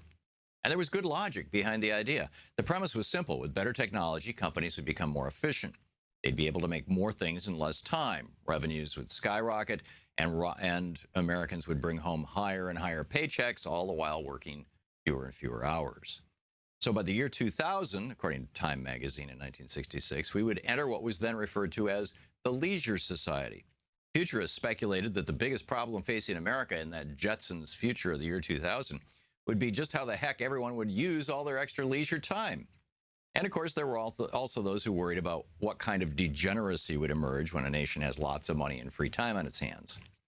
Neither happened, and it didn't happen because Ronald Reagan stole the Leisure Society from us and handed it over to the economic royalists. In 1981, the royalists went right to work, taking down that first pillar on which FDR rebuilt the American middle class, progressive taxation. Taking advantage of the oil shock crisis, neoliberal shock troopers immediately ushered through a revolutionary change in the tax code with the Economic Recovery Act of 1981. The first major piece of legislation signed by Reagan is slashed the top marginal income tax rate from 70% to 50%, cutting estate taxes for wealthy businesses and slashing capital gains and corporate profit taxes. Reagan succeeded a few years later in dropping the top income tax rate even more to 28%, where it hadn't been since the Great Depression. It was the second largest tax cut in history, and it was nearly identical to the largest tax cut ever. Treasury Secretary Andrew Mellon's in the 1920s, the one that created the bubble known as the Roaring Twenties, which eventually burst in 1929. The great forgetting had certainly arrived. The economic mistakes of the 1920s were coming back around. And again, the influx of all this hot money in the market, coupled with a robust deregulation agenda throughout the 1980s and 90s, would trigger a series of painful financial panics. The reason why the Leisure Society could be imagined by Time magazine is because ever since 1900, working people's wages tracked evenly with working people's productivity. So as productivity continued to rise, which was likely due to increased automation and better technology, so too would everyone's wages. And the glue holding this logic together was the current top marginal income tax rate. In 1966, when the Time article was written, the top marginal income tax rate was 70%. And what that effectively did was encourage CEOs to keep more money in their businesses and invest in new technology, to pay their workers more, to hire new workers and expand. After all, what's the point of sucking millions and millions of dollars out of your business if it's going to be taxed at 70%? According to this line of reasoning, if businesses were to suddenly become more profitable and efficient thanks to automation, then that money would flow throughout the businesses, raising everyone's standard of living, increasing everyone's leisure time. But when Reagan dropped that top tax rate down to 28%, everything changed, as you can see in this graph. Now, as businesses became more profitable, there was a far greater incentive for CEOs to pull those profits out of the company and pocket them because they were suddenly paying an incredibly low tax rate. And that's exactly what they did. All those new profits, thanks to automation, that were supposed to go to everyone, giving us all higher paychecks and more time off, instead went to the top, to the economic royalists. Suddenly, the symmetry in the productivity wages chart broke down. Productivity continued increasing because technology continued improving, but wages stayed flat. And again, since higher and higher profits could be sucked out of the company and taxed at lower and lower levels, there was no incentive to reduce the number of hours everyone worked. In the 1950s, before that Time magazine article predicted the Leisure Society, before that article was written, the average American working in manufacturing put in about 42 hours of work a week. Today, the average American working in manufacturing puts in about 40 hours a week. This means that despite the fact that productivity has increased 400% since 1950, Americans are working on average only 2 fewer hours a week. If productivity is 4 times higher than in 1950, then Americans should be able to work 4 times less, or just 10 hours a week to afford the same 1950s lifestyle when a family of 4 could get by on just one paycheck, own a home, own a car, put their kids through school, take a vacation every now and then, and retire comfortably. But all that was wiped out by Reaganomics and Ronald Reagan. And that's just the beginning of the setup for the crash of 2016.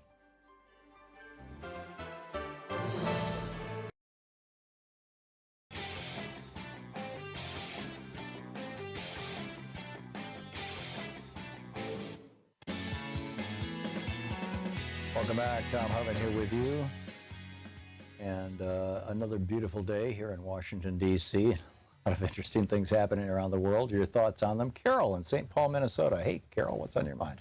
Oh, hi, Tom. I'm going to take you off speaker. Thank you very much. Okay, here we go. I look at Donald Trump and the woman who talked about privilege earlier, and specifically white privilege. In his candidacy, I looked at him and I said, this is a man who has never had to be responsible for anything he ever did. He had a very, very rich father. He has been known as being very rich his whole life. And I am sure that he has never had to take responsibility, and I think his behaviors really show that. And when I heard the comment, or when I read the email or the note that Comey had made after he talked to him about Flynn, and what he said, which was, I hope you can see your way clear of letting this go. He is a good guy. I hope you can let this go. I've heard that said throughout my life. I've known Donald Trumps. I've known the kind of people where somebody will say, oh, don't worry about Joe. He's really a good guy. He really didn't mean to say that horrible thing. That's just the way he is. And excusing the behavior, and our media has doubled down on that and totally excused his bad behavior. And then they wonder why he continues with his bad behavior, and it's because that's who he is. His whole life is predicated on, I have money, I am Donald Trump, I can do whatever I want. Yeah. So it's not just, so we started out with a conversation about white privilege, and we should probably add male privilege to that. But now Donald Trump demonstrates it goes beyond white privilege or white male privilege. It's now rich white male privilege. And if you really want to see that on display, look at your corporate boardrooms, look at the United States Senate and the House. I mean, look at any center of power in the United States, and what are you going to find? Rich white men. Yes, and that's and the power diffuses down to white privilege, and so it's all there. But at that very top, it's rich white men being able to say or do anything they want, and boy, he's exposing it. Yeah. Yeah, he is. And hopefully people will understand it for what it is rather than buy into the myth of royalty, which is what has always enveloped him and continues to envelop most wealthy people. I mean, it astonishes me when I go to conferences where there are a lot of wealthy people, donor conferences for activism and things. The deference that people give to very, very wealthy people, the way that they're treated. It's this being treated like royalty. It's just, it's really, it's jarring, frankly. And maybe it's just because I grew up lower blue collar, lower middle class, Michigan, kid, and never traveled in those circles, never saw that world. But until I was in my 30s, I guess, really had any exposure to that world. But it's weird. It's weird. Anyhow, Carol, I got to move along, but thank you for the call. Excellent point. Elizabeth in Farmington Hills, Michigan. Hey, Elizabeth, what's on your mind today? Hi, Tom. Thanks for taking my call. I was so excited when the woman called in earlier and referenced The Poisoning of Michigan. It's by Joyce Eggington, and it was written in 1980, and I'm holding a first edition copy of it. It's really a sad story. It began in, may I just share part of the flyleaf with you, because it does a good job of describing what the book is about. If it's less than 3 sentences, sure. Oh, it's probably a little more than that, but it was 35,000 cattle. It took 9 months before one farmer, what happened was somebody sent a bag of PBBs, polybromelated biphenyls, in place of the normal magnesium oxide that was Right. sent. They sent, in other words, they sent the fire retardant instead of the nutrient. Right, and it took 9 months before one farmer working on his own stumbled on the real cause, and many more months because the federal and state authorities minimized the problem. During that time, everybody in Michigan, 9 million people in Michigan, were contaminated with meat, milk, and eggs that were sold throughout the state. It's really a sad story, and all these cattle, these 35,000 cattle, were buried outside of Kalkaska near Mayo, Michigan. Mm-hmm. And there's no telling how much seepage has occurred, since Sure. the late 70s.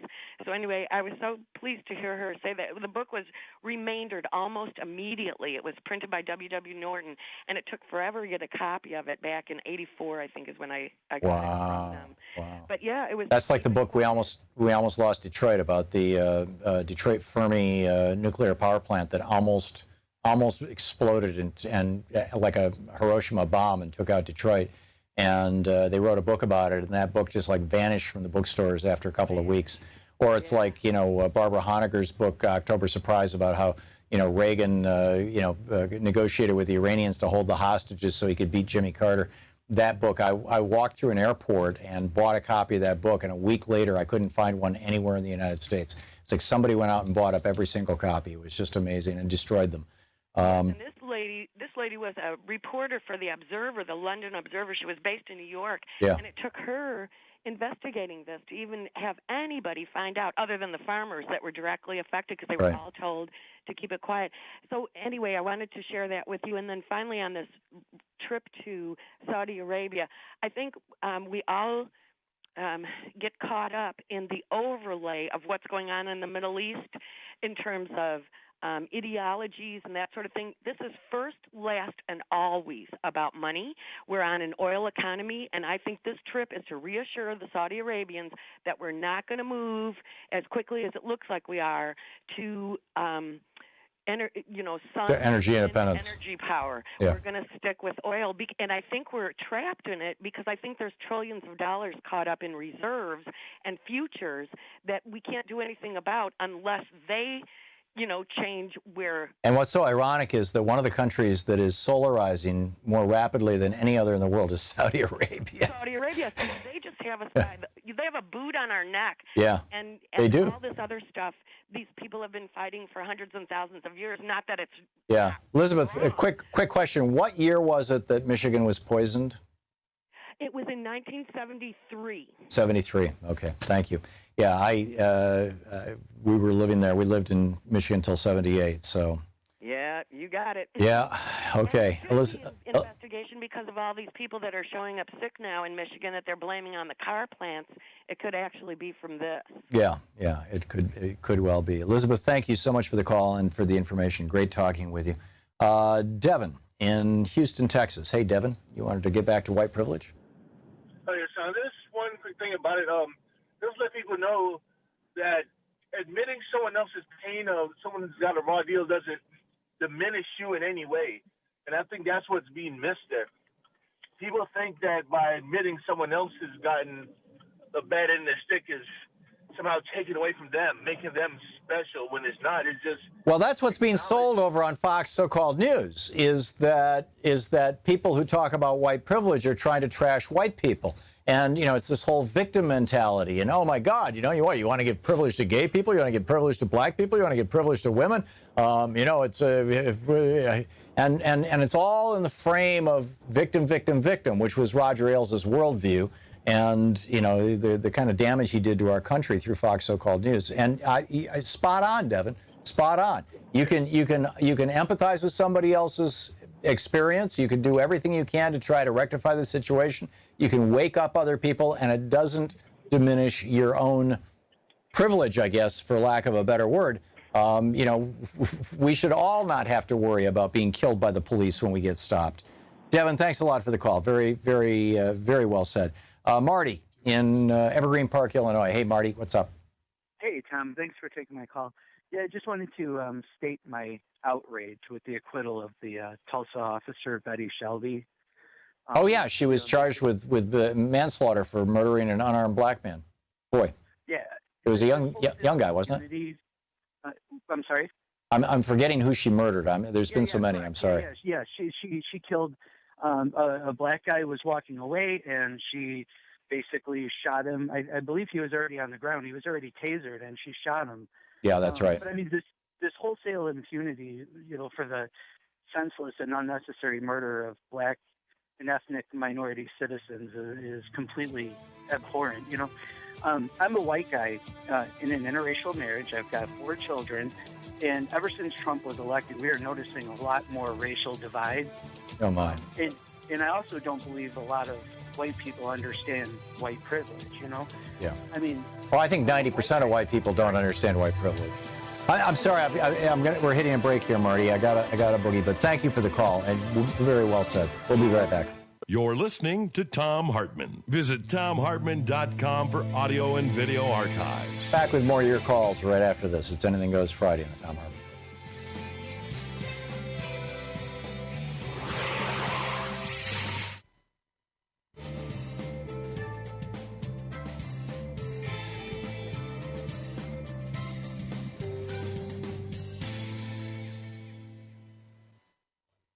Welcome back.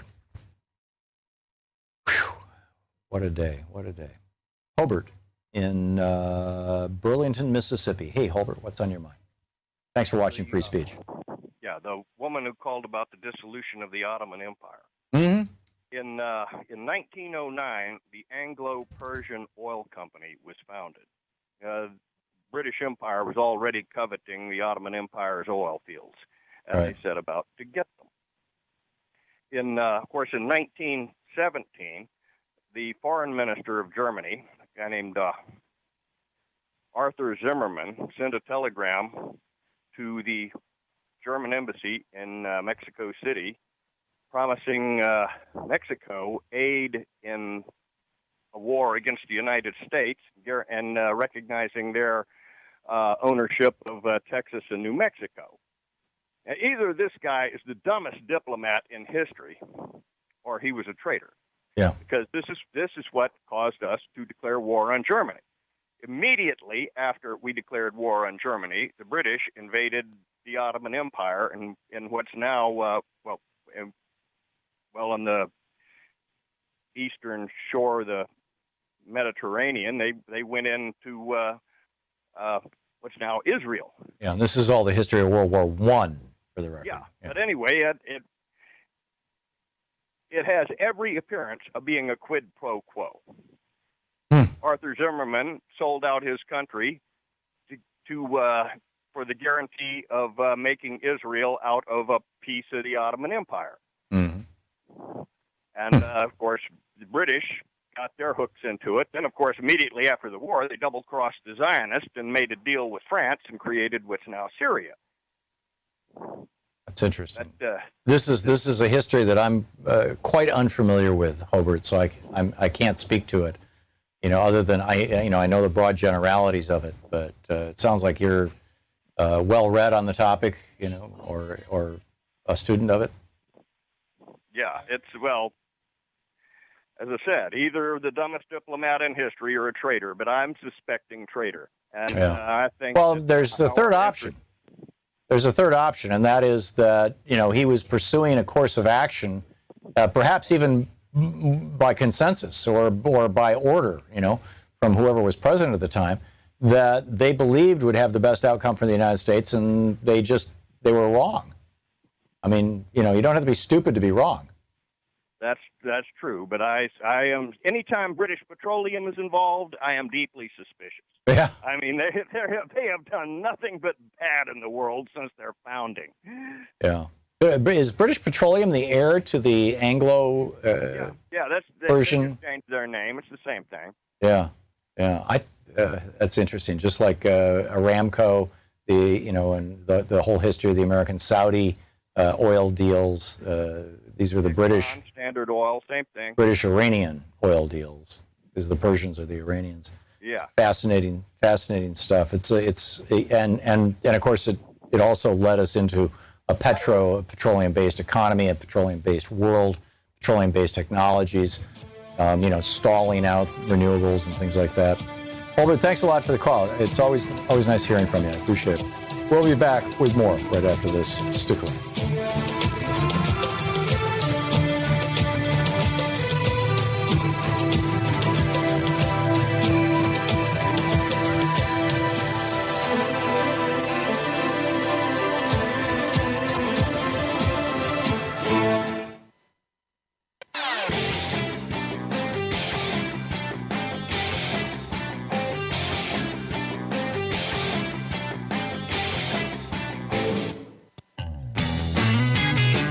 Welcome back. Thom Hartmann here with you. And let's check in with Talk Media News and find out what's going on in the world today. This report brought to you by goatsfortheoldgoat.com and Ellen Ratner's new book, Loving What You Do, The Elements of a Successful Working Life, or Great Working Life, excuse me. Hey, Ellen, how are you?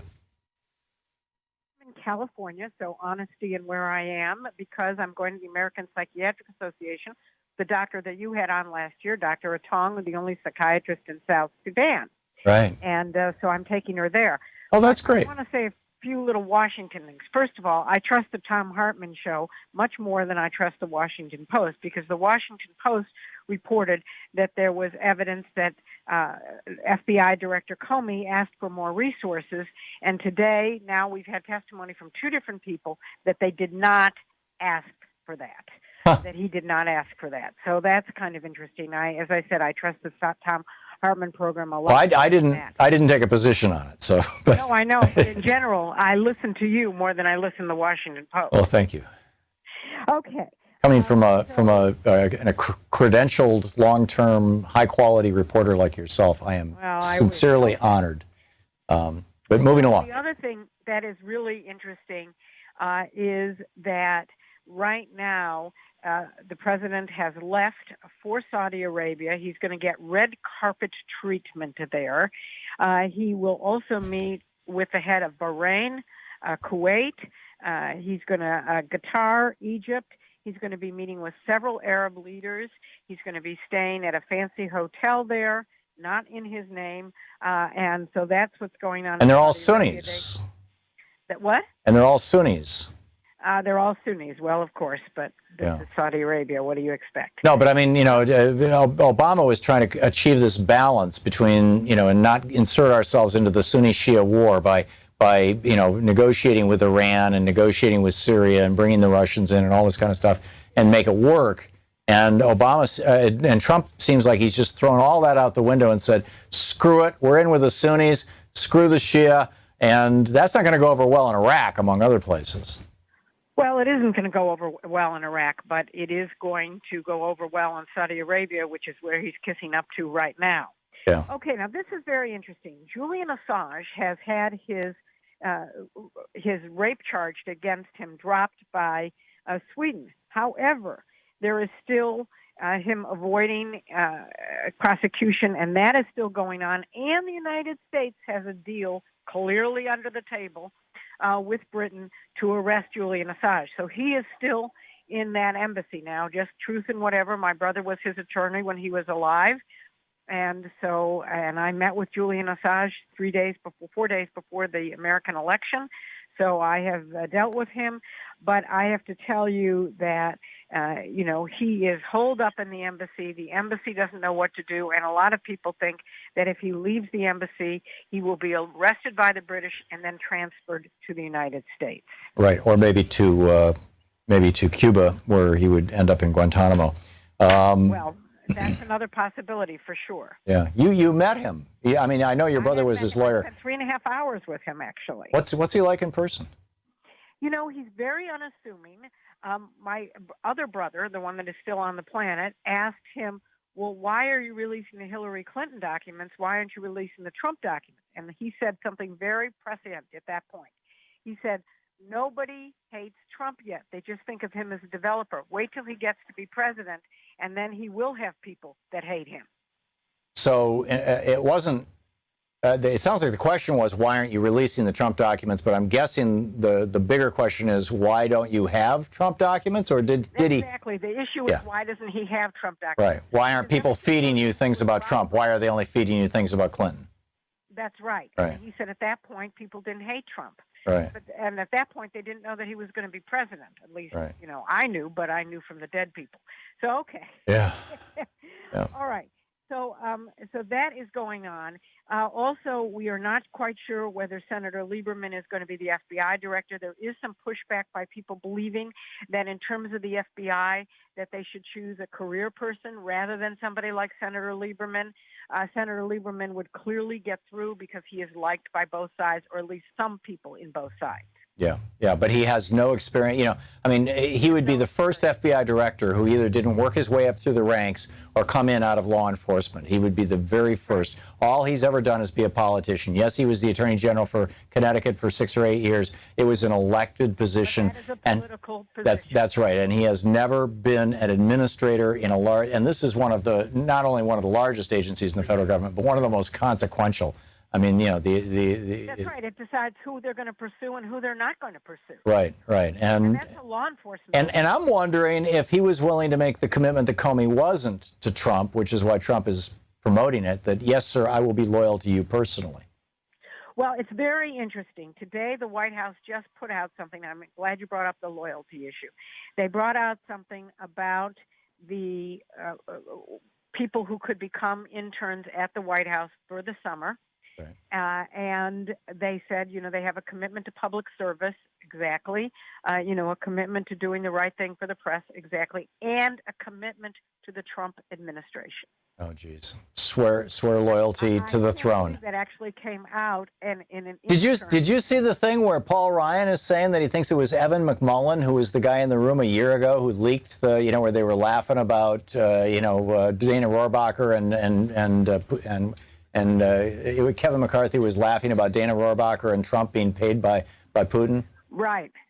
Do you think it could have been Evan McMullen?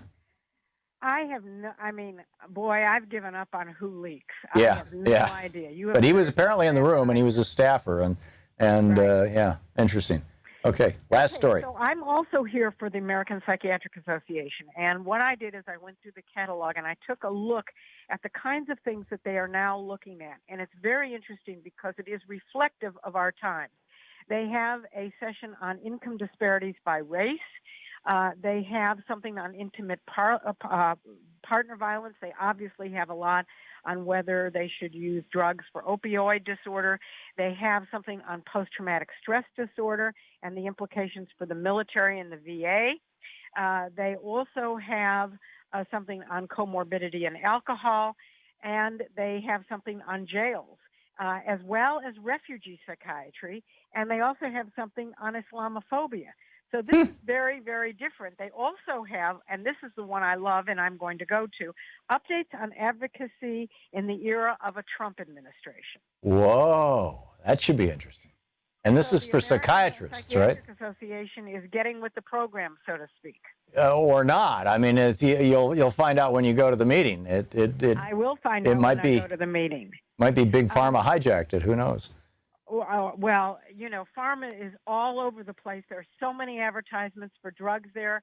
You would be. Well, that's mostly what psychiatrists do. They don't do therapy anymore. They pass out pills. Right. Unfortunately. What's very interesting is our friends in China are actually paying for people from South Sudan to learn psychotherapy, and they're teaching them in English, and they're sending them to China to do so. Wow. That's remarkable. China really, whatever. One other thing that they are active in psychiatry, actually a couple other things, and one of the things is if somebody has dementia, one of the research papers or actually discussions being had is, can I still have sex with my spouse? Sexual intimacy and decision-making capacity and cognitive imperative. Yeah, and consent. Interesting. Ellen Ratner, thank you, Ellen. You're listening to Thom Hartmann.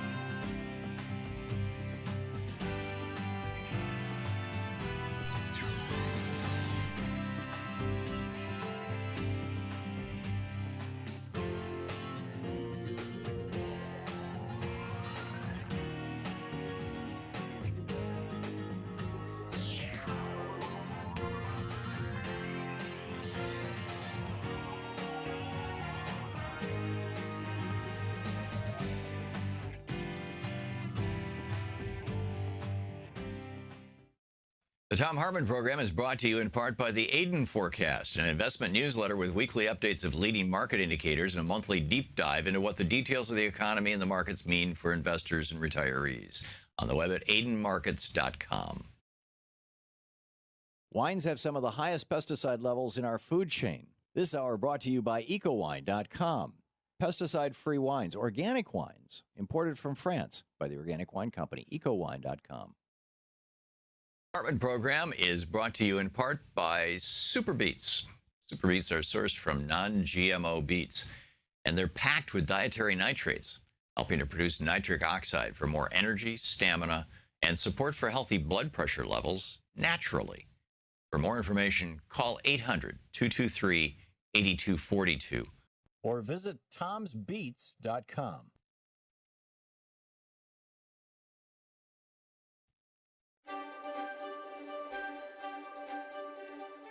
And welcome to the Thom Hartmann Book Club, Thom Hartmann University Book Club. Today we're reading from Tears We Cannot Stop, A Sermon to White America by Michael Eric Dyson, who was a guest on our program a while back. This is from page 86. One of the great privileges of whiteness is not to see color, not to see race, and not to pay a price for ignoring it, except, of course, when you're called on it. But even then, the price pales quite literally in comparison to the high price black folk pay for being black. We pay a price, too, for not even being able to derive recognition and financial reward for the styles that make the world want to be black so bad that they don't mind looking like us as long as they never, ever have to be us. If the appropriators can freely rip off our culture with no consequences, those who revise racial history, the fourth stage of white racial grief, are even less accountable for their deeds. The way of the racial revisionist when it comes to black life and history is simply to rewrite it. Their motto is, it didn't happen that way. There's a flood of writing that tells us that the Civil War wasn't really about slavery, but about an effort to defend states' rights. But, my friend, you've got to put yourself in our place and see the absurdity of such a claim. Defend the rights of states to do what? To enslave blacks. But even here, the irresistible logic of whiteness, that is irresistible to whites themselves, and to all of us who are subjected to white whim, springs into full action. White American history is so powerful that even when it loses, it wins, at least in skirmishes within whiteness itself. From the right wing, there is the belief that the Civil War was fought over the ability of individual states to beat back a federal government out to impose its will. From the left wing, there's the belief that the Civil War was a conflict between the planter class and the proletariat. In each case, race as the main reason for the war is skillfully rewritten, or really written out. Slavery is rewritten too. Some white Christian apologists contend that black folk needed slavery to save their souls or to rescue their cultures. A contemporary twist on this argument radiates in thinkers like Dinesh D'Souza, who claims that American blacks brought here through slavery are now doing far better than their African kin. Some white critics argue that since blacks sold other blacks into slavery, bondage was a black man's problem, not a white man's burden. But revisionists would much rather describe the dehumanization of black folk as little more than a commercial transaction. It's another way of washing their hands of racial responsibility. The effort to rewrite history surfaces in how Malcolm X is treated in the mainstream. It hardly seems likely that the culture he fought with all his heart could be depended on to grasp his true meaning. Malcolm is often read as an apostle of violence, as a frightful figure consumed by destructive rage. Yet the truth is far more complex, and Malcolm was far more complicated. But isn't the autobiography of Malcolm X so enduringly appealing because it shows Malcolm giving up hatred as a means to racial justice?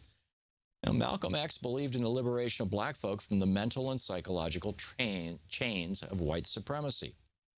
He was not committed to nonviolence as a way of life or as a method of social strategy. He believed that such a commitment prevents the full realization of black emancipation.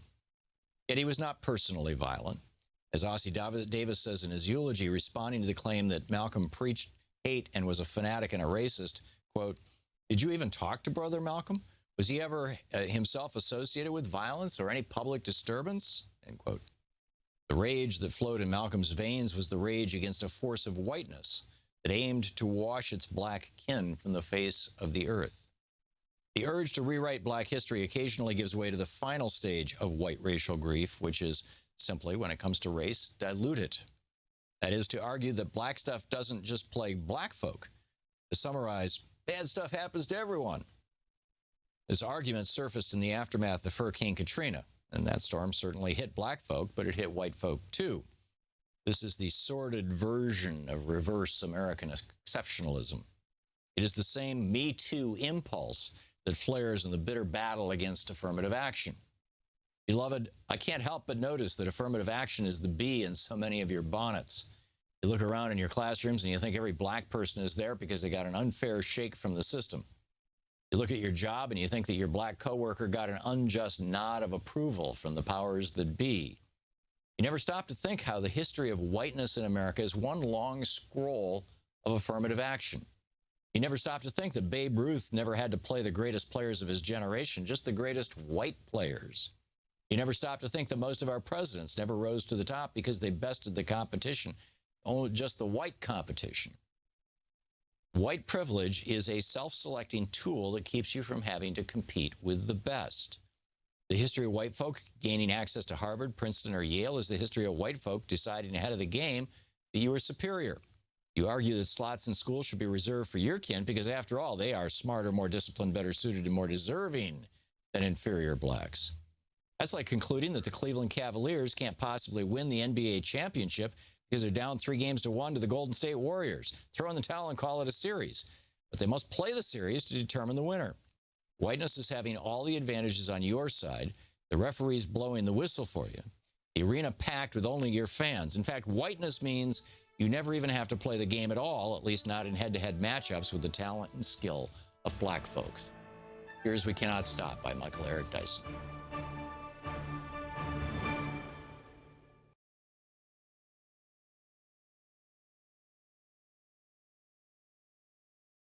Back.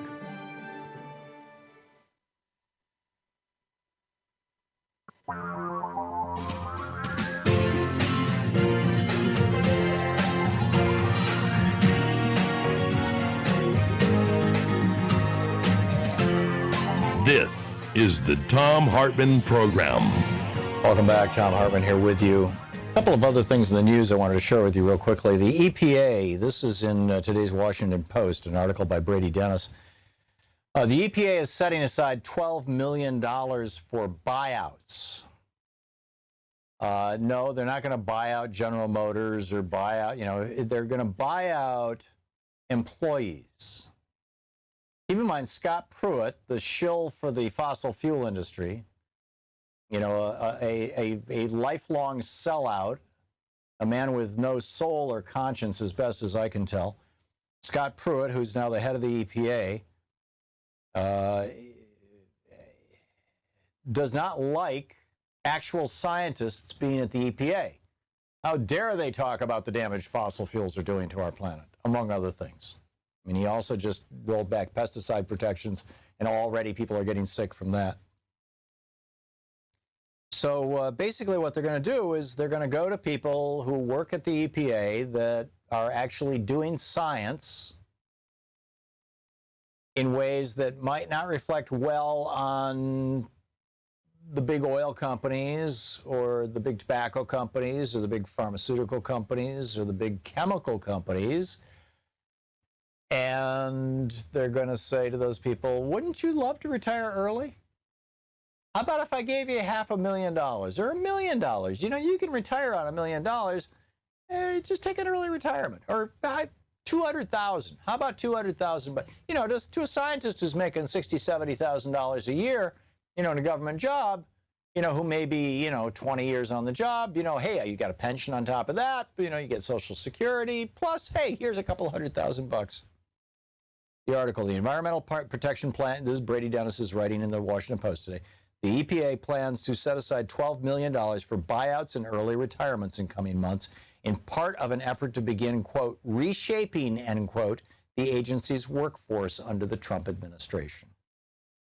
In a memo, the EPA's acting chief financial officer, David Bloom, said the move is how the agency plans to spend part of roughly $24 million in carryover funds, money that wasn't spent in the previous fiscal year.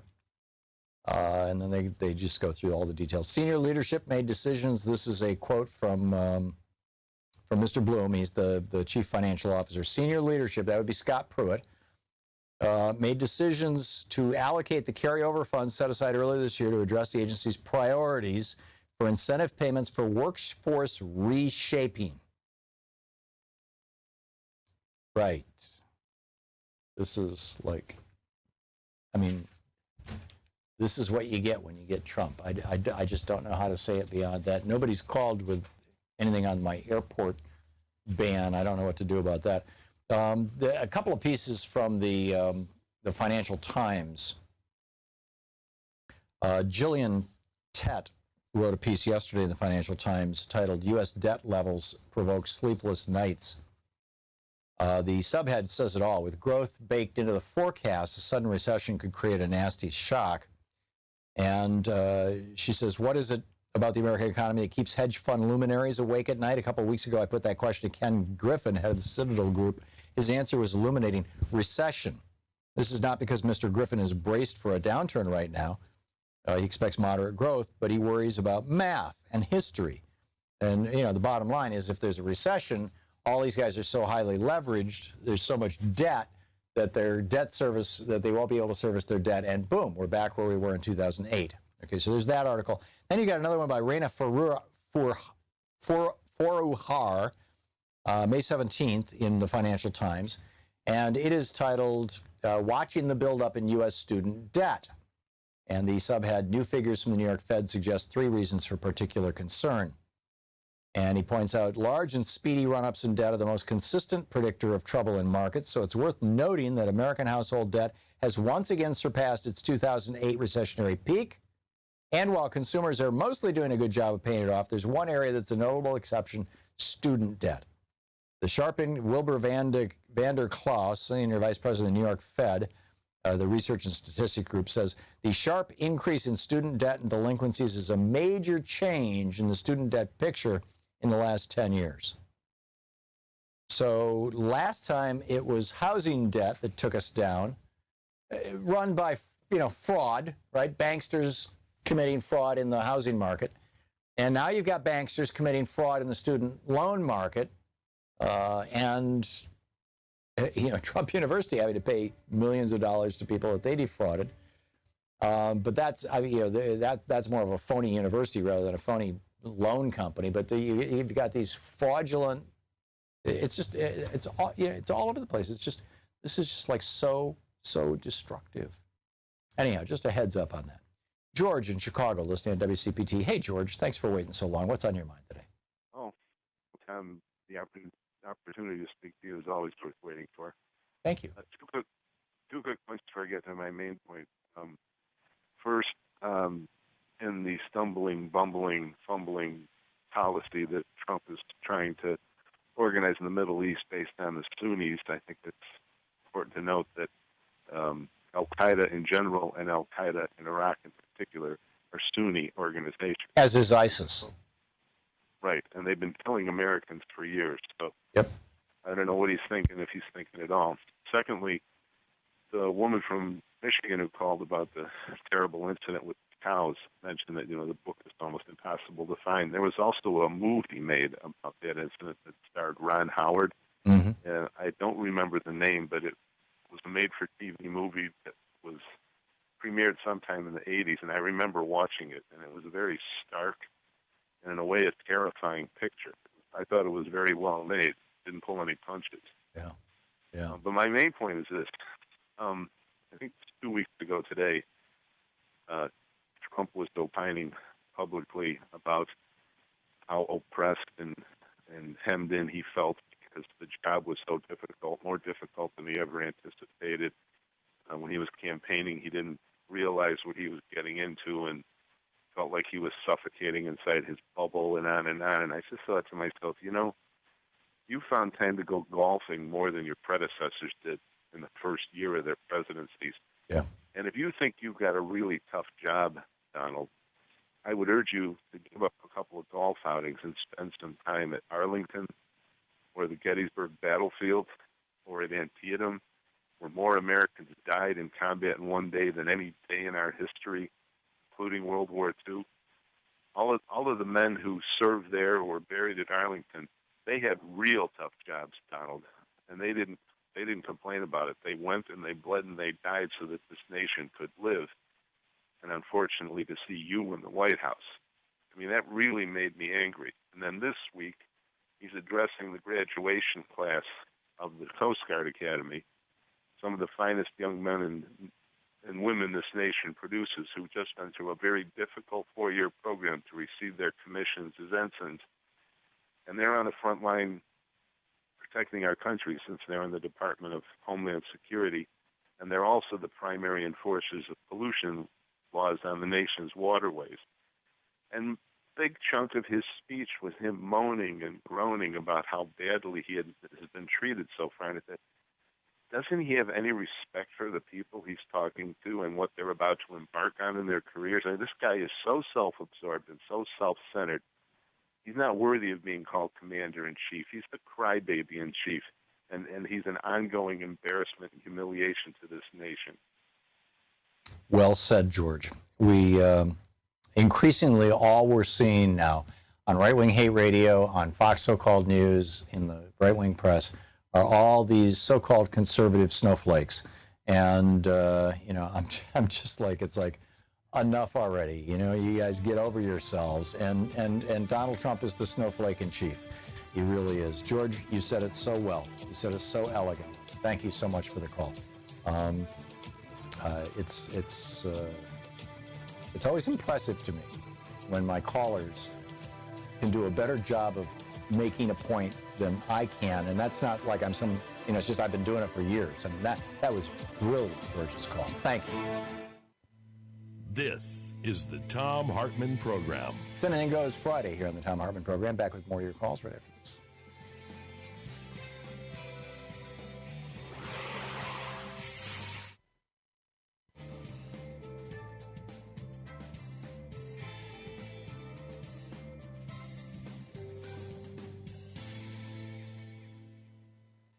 And welcome back. Martha in Port Charlotte, Florida, watching Free Speech TV. Hey, Martha, what's on your mind? Hi, Tom. I just enjoyed your little skit about Donald Trump's 200-word tax plan that he's trying to get through Congress. He now has Charles Cook backing up with multi-millions of dollars trying to get it through. I just have this feeling that it's all for mostly his cabinet members, all his multi-billion-dollar friends. Yep. Is that his only goal into passing this bill and deregulating federal regulations? I think so. And do you think after it passes, or he finds out it won't pass, that he'll just quietly leave office and go back to his businesses that he did not divest? I think so. Yeah. I do not expect Donald Trump to serve out his entire term. And I think that when he does resign and Mike Pence pardons him, if Mike Pence himself is not under indictment, in which case Paul Ryan pardons both of them, that when he does resign, he will do so in a way that makes him seem to his increasingly small but still, persistently cultish followers like he is the victim, that he is the martyr. And he's going to go out as a martyr. I absolutely predict this. And Ellen Ratner, who has some pretty extraordinary psychic abilities and has some very, very close friends who are psychics. She's very into that kind of stuff. She says that, as she said on the news today, she said the dead people are telling me that he's going to leave office right around the midterm elections. I've gotten some interesting astrology information suggesting it might even be this August or September, but who knows? I mean, I think at a certain point he's the useful idiot for the billionaires, and when he has either succeeded or failed at trying to cut their taxes, do away with the estate tax, drop the top minimum tax rate. Basically make them all richer and richer and richer and screw the middle class. If he succeeds at that, they'll say thank you very much and they'll grease his way out. If he fails at that, they'll say thank you very much and they'll get somebody in who will do it for them. I mean, Paul Ryan has spent his entire political career trying to do exactly that. Exactly. Right. So I was just curious if you felt the same way I did. And I always wondered why he never really divested himself from his businesses, and I figured that's what he's going to go back to. Yeah. Oh, yeah. And I think, also he didn't divest himself from his businesses because real estate is typically a highly leveraged business. In other words, there's an enormous amount of debt associated with it.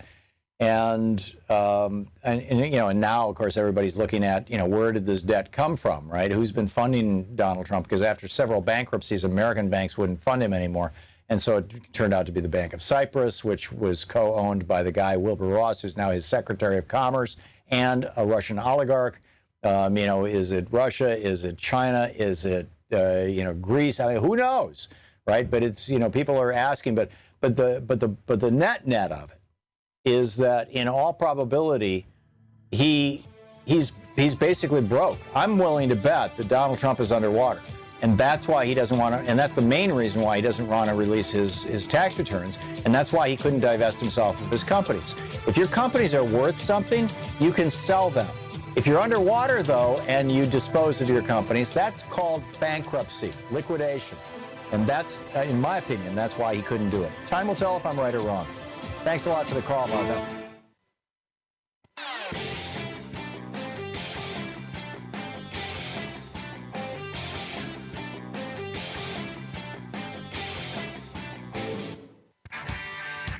Welcome back. Thom Hartmann here with you. Chris in Chicago. Hey, Chris, thanks for listening on WCPT. What's up?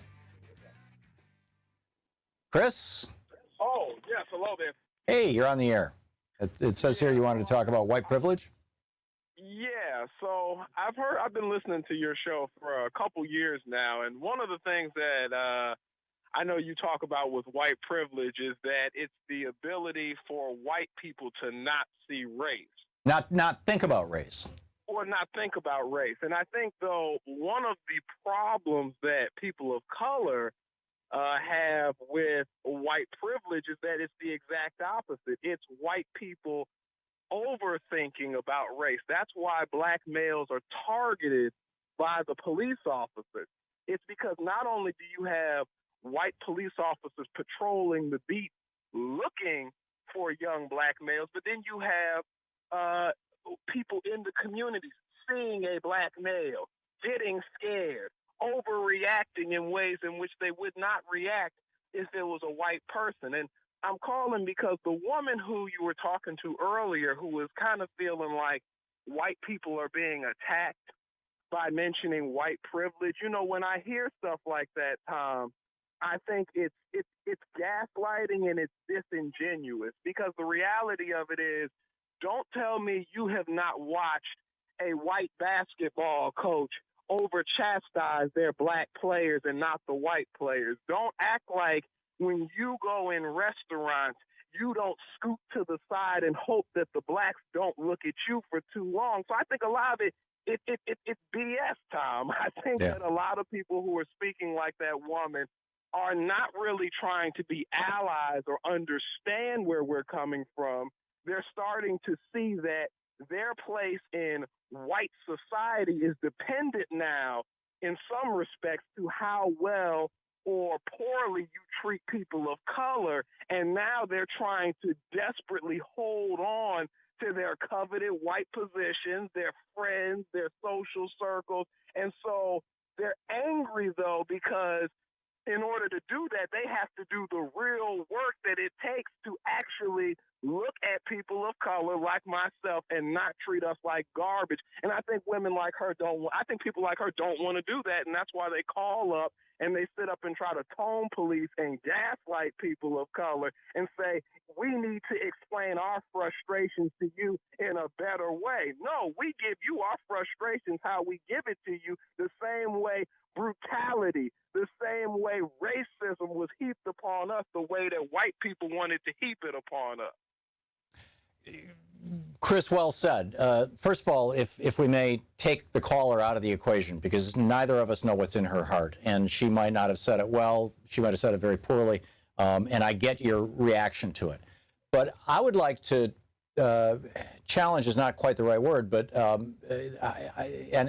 don't want to turn this into a semantic argument, an argument about words. But I would submit to you, and I would love to get your response back to this, that if see, I see it as two categories. In the white privilege category, and I'm speaking as a white person, in the white privilege category, I see that I don't have to worry about race, regardless of what I'm doing. If I'm out jogging, I don't have to worry about, people thinking that I'm running away from a crime. If I'm, the list, right? So that's the white privilege part. But the part about the cop shooting me because he's afraid of me, I would say, there's a certain amount of white privilege in that I don't have to worry about that. But the reason why that white cop is shooting that black guy is not white privilege, it's white supremacy. It's the belief, the absolute belief that is held by some white people and probably a majority of white people in the United States, and it's promoted by people like Pat Buchanan and Fox News and right-wing hate radio, that white people are superior to black people, that they are therefore entitled to treat black people poorly or kill black people or not employ black people or not have to live near them, fill in the blank. And I would say that a lot of the evils, for lack of a better word, that you just described, that you were putting under the rubric of white privilege, actually should be put under the rubric, under the category of white supremacy. What do you think? Well, I guess I don't know if we'll go back and forth with this forever. I feel like a lot of the things that you put under the category of white privilege should really be a part of white supremacy. No, you may be right. It's a part of white supremacy that allows you as a white man to walk outside and look at the world as something not hostile to you, especially when you're around people that look like you. You're absolutely right. You're absolutely right. You're absolutely right. We can't disentangle these. You're right. I was trying to create kind of this artificial division of the two, and you're right. We cannot disentangle them, if that's what you're saying, Chris. Pardon my interrupting. I agree. Yes. Yeah. So we have to see. I view this as as a white person talking to white people mostly, trying to at least wake people up to the privilege that they have, so that they can have some empathy and some understanding.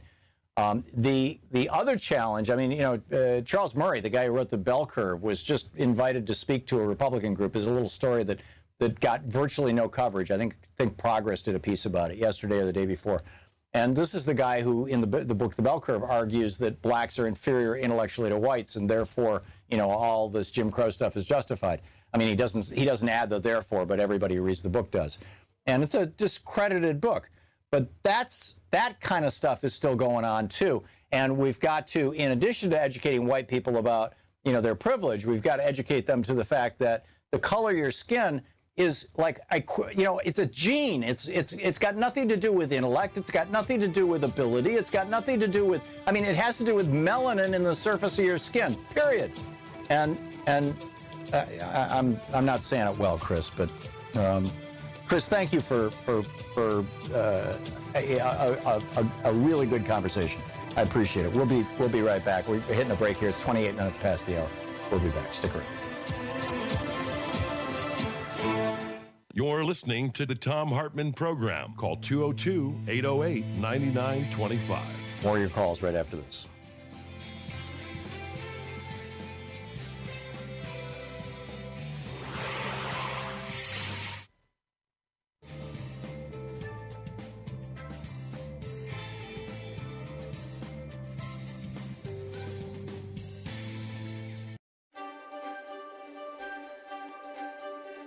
Welcome to the Thom Hartmann University Book Club. Today we're reading from The Last Hours of Ancient Sunlight.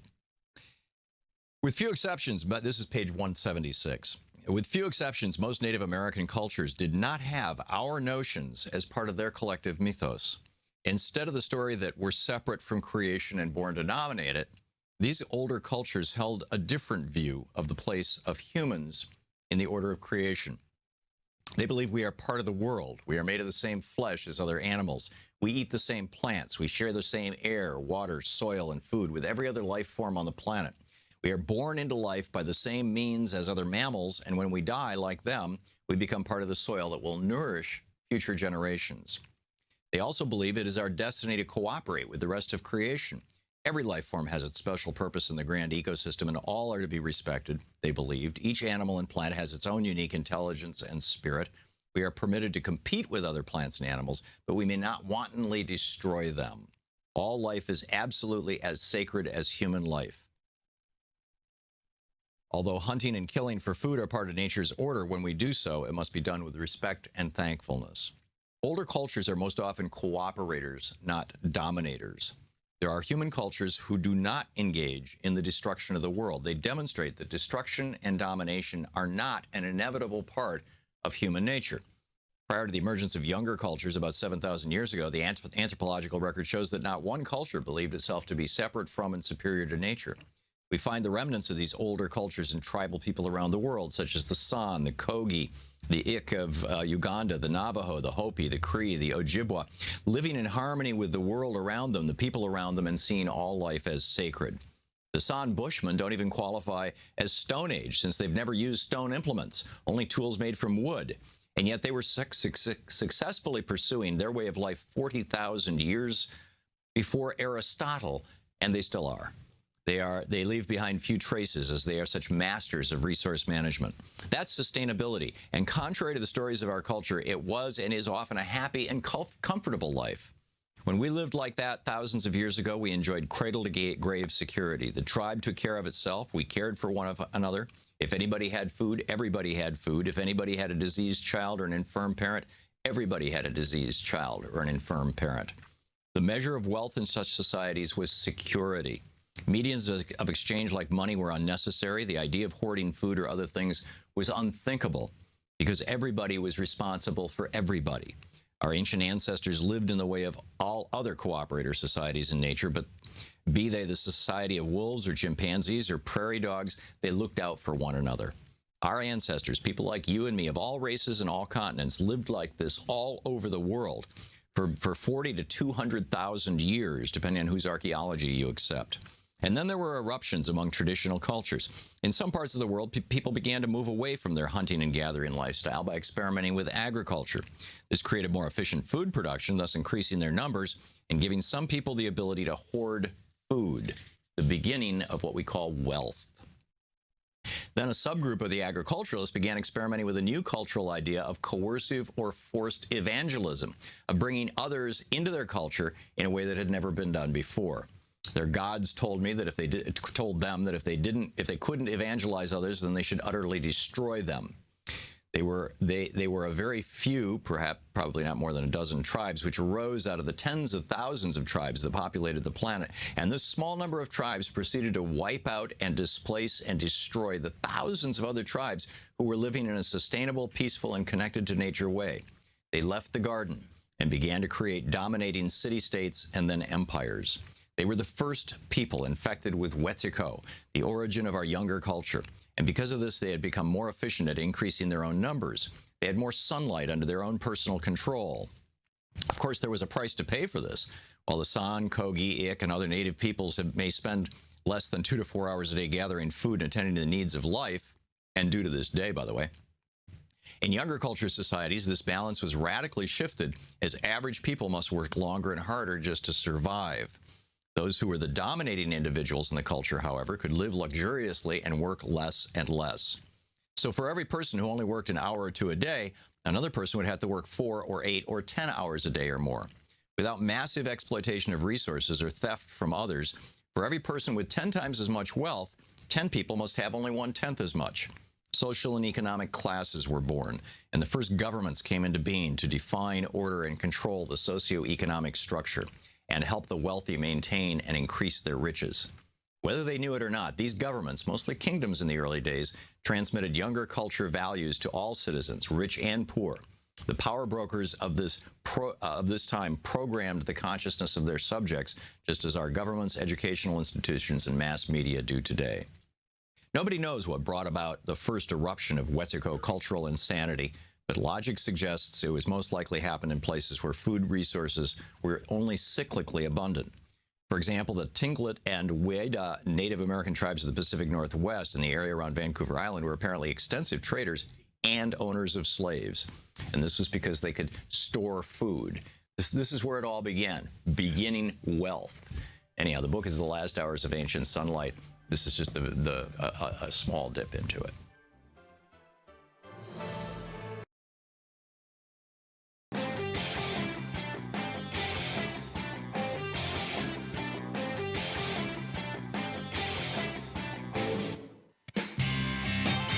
Welcome back. Thom Hartmann here with you. It's Anything Goes Friday. And Bob, listening on Sirius XM in Los Angeles. Hey, Bob, what's on your mind?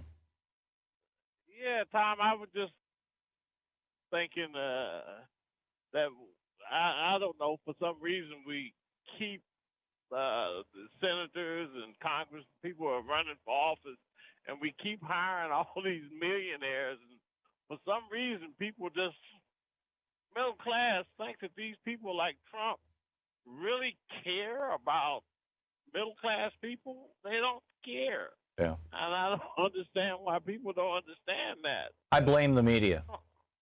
The media, you know, the media are owned by multi-billion-dollar corporations.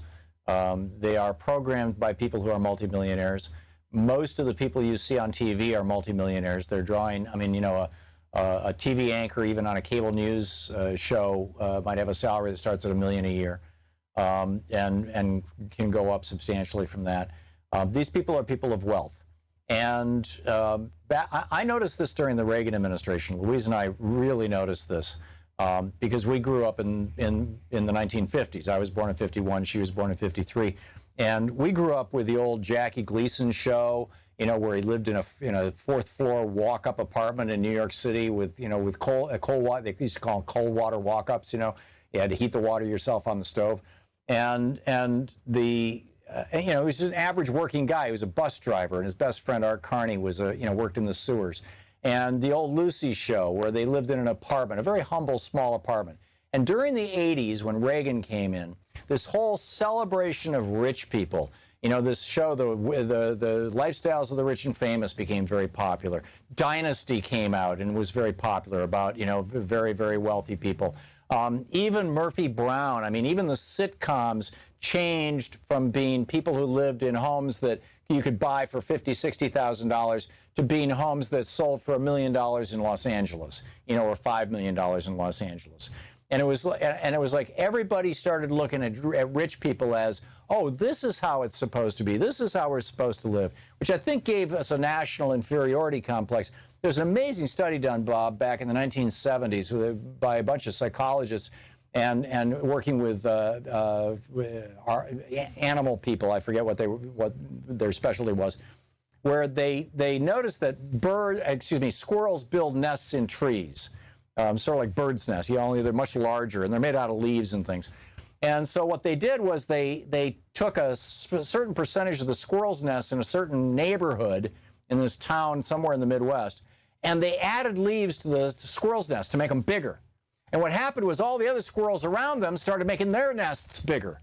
So it's like there's this, like, you know, this thing that's built into us as mammals. So when we started, you know, when we were all watching Jackie Gleason, or when we were all watching Lucy and Desi, you know, or for that matter, you know, Laura and Dick Van Dyke, you know, and Laura Petrie, Dick and Laura Petrie, you know, in their very, very middle class apartments or homes, we felt, you know, okay, cool. You know, that's something to aspire to for many people, but, you know, that's something that's reachable. When in the 80s it became Dynasty, and ever since then it's basically been, you know, every house you see on TV nowadays, unless it's cops busting into it in a cop show, every house you see on TV is a multi-million-dollar house. Now we're all like, you know, we've been trained to have awe and respect for rich people and think that they are somehow morally superior to us. What do you think, Bob? Exactly. And that's why I love Bernie so much, because I could tell that he's that same guy that worries about what, you know, going to the right gas station for the gas prices, you know, yeah. going, you know, or knowing what a loaf of bread is. But these people don't have a clue. That's why so many of our senators and congressmen, they're so out of touch with the people, because their lifestyles and what they believe and what they lay in bed at night that keeps them awake at night is not what you and I have to worry about. Yeah. There you go. There you go. We're Yep. going to continue to elect them. Yep. I'm with you. Bob, thanks a lot for the call. It's great to hear from you. And thanks for listening to SiriusXM.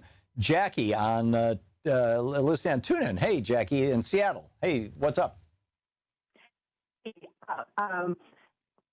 Collecting my thoughts here. Yes, libertarians on your show. I appreciate that you have people on your show that are alternative voices. But when they are libertarians, I find myself this voice screaming in my head, yeah, libertarians. Yeah, it's really easy for men to be libertarians because they don't have all the reproductive health care issues that women do, and they're not as many of them involved in child rearing and with all the social needs that women have. So it's not apparent to me whether you have female libertarians on your show. It seems I only hear the male ones. So I don't think I've ever met a female libertarian, Jackie. I'm not joking. Exactly.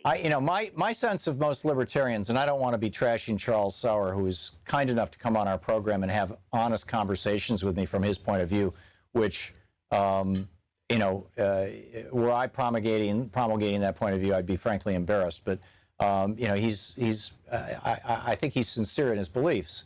But my sense of libertarians in general is that the kind of absolute sweet spot for a libertarian, if you're looking across the spectrum of humanity, who's most likely to be a libertarian? The person most likely to be a libertarian is probably a man who is between 18 and 30 years old, who was raised in the upper middle class and who is white and who has never had to really struggle for a job and who is not massively in debt. That's my guess. But, I could be wrong. Yes, and it's for this reason that I would love for you to broach the concept of the female part of the population when they're espousing libertarian views. I know you're always respectful, but I'd really love for that to be part of the conversation from time to time. So how would you phrase that as a question to a libertarian, Jackie? Well, my thinking is that I would just pose to them, for the women in the country that have more need of health care and possibly do more child raising, what have you to say to them from a libertarian perspective about making sure they don't fall through the cracks in our nation? Okay. Well, if Charles comes on the show next week, I've got Troy here and Nate here and Louise here, and hopefully they can all help me remember. I will try to convey your question to him, and we'll see what he has to say. Okay. Yeah. Well, thank you very much. Okay. Thank you, Jackie. Jackie, I got to move along. We got a bunch of people who've been on. I know you were on hold for over an hour. I really appreciate that. But you're not the only one. Margie is another. Margie in Wisconsin Rapids, Wisconsin. Hey, Margie. Thanks for listening to SiriusXM. What's on your mind? Hey, Tom, before I get to my point, a follow-up on your TV show analysis. There were 2 TV shows about millionaires in black and white, and both shows had the millionaires as being freaks, the Munsters and the Addams Family. You're right. You're right. They lived in mansions. Yeah, those were the only 2 men. You're right. And have you looked at Paul Ryan up close recently? Eddie Muster? Yeah. Oh, Louise says in Dark Shadows. That was another one. Yeah. Okay. So but that's not what you called about, Margie. What I called about was right-wing media seems to be developing a new narrative regarding Trump. Now that they see that he is basically imploding, they are attempting to attach him to the Democratic Party. The most noticeable one doing this is Joe Scarborough, where literally almost every single time he says Trump's name, he says Trump and follows it up by a lifelong Democrat. Right. He says this like 10 times an hour. Wow. I'm thinking that I can't they watch that realize- much Joe Scarborough, so I'm sorry. You were saying. I think that they know that Trump is going to implode, and they're going to try to blame it on the Democrats. Yeah. I think you are absolutely right, Margie, and because they always blame everything on the Democrats anyway. I mean, it's like they tried to blame the Great Depression on the Democrats. In fact, that FDR clip we played last week where he said, Hitler invented this thing called the Big Lie, wrote about it in Mein Kampf, and now they're trying this big lie. They're saying that the Great Depression was actually caused by the Democrats. It's like, really? Yeah, so this is an old game. Margie, thanks a lot for the call, and thanks for listening to us on SiriusXM. We'll be right back. You're listening to Thom Hartmann. Visit thomhartmann.com for audio and video archives. Back with more of your calls in just a moment.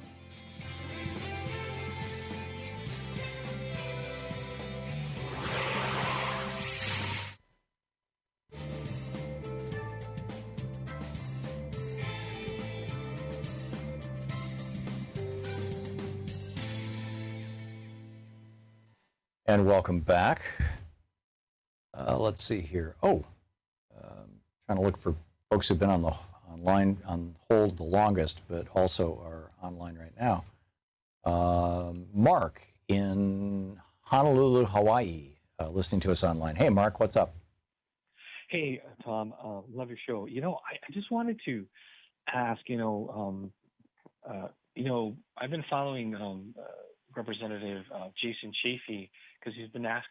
He's a Republican. Chaffetz. The chairman of Chaffetz of the House Oversight Committee, and he's been acting really, really like strange and weird. Mm-hmm. And of course we know that particularly the media really focuses on Trump and his connections with Russia, and particularly the big three around Trump, like Jeff Sessions, the Attorney General, Michael Flynn, his former National Security Advisor, and Paul Manafort, who was his campaign manager for a time. But do you think there's other members of Congress like Chafee and others who seem to have they seem to have this connection with Russia as well?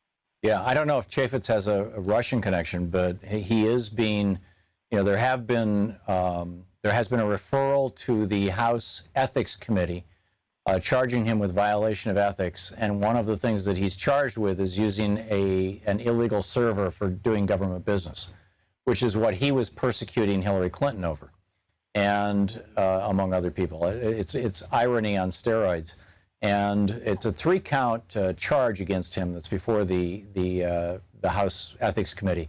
And my guess is that he is cutting a deal of don't prosecute me, and I will leave. I'll leave public office. Whether he got caught up in the Trump stuff, whether he got caught up in the Manafort, Carter Page, Russia stuff, I have no idea. I've never seen any evidence of that. But just his being a jerk, I think that's what they're going after him for. Mark, thanks for the call. Great to hear from you. Jan in Shoreline, Washington, listening on KBCS. Hey, Jan, what's up? Hi, Tom. Good to talk to you. I called a couple months ago and we got all kerfuffled. It was right at the end of the show. I wanted to make a comment about white privilege. I'm a white woman. I'm almost your age. I married a black man a long time ago and have a mixed race son. And I didn't realize, we were raised in the 60s and things were changing and it was all good and stuff was going to keep going in that direction. Yeah, not so much. My mixed race son has dealt with all of the racism that the society makes people, that puts people through because the society makes people of color choose. Mixed race people, color of choose. I just mixed that up. But he had to choose. Was he black or was he white? Mm-hmm. And he's had all of and here I live in liberal Washington, for crying out loud, just north of Seattle. And he was his very first job was as a bagger in a grocery store in this area, and he was bagging somebody's groceries, and they told him to stop. It was a man, woman, and their 2 kids. They did not want him touching their food because he had dark skin. Yeah, and he's very light skinned. Oh, my God. But Oh, my God. it just blew me away. The other thing I wanted to say was to this woman who called much earlier and brought up this white privilege. Very quick, please, Jan. We got 10 seconds. Ask herself if she would like to be treated the way people of color are treated. There you go. There you go. Very well said. Jan, thank you so much.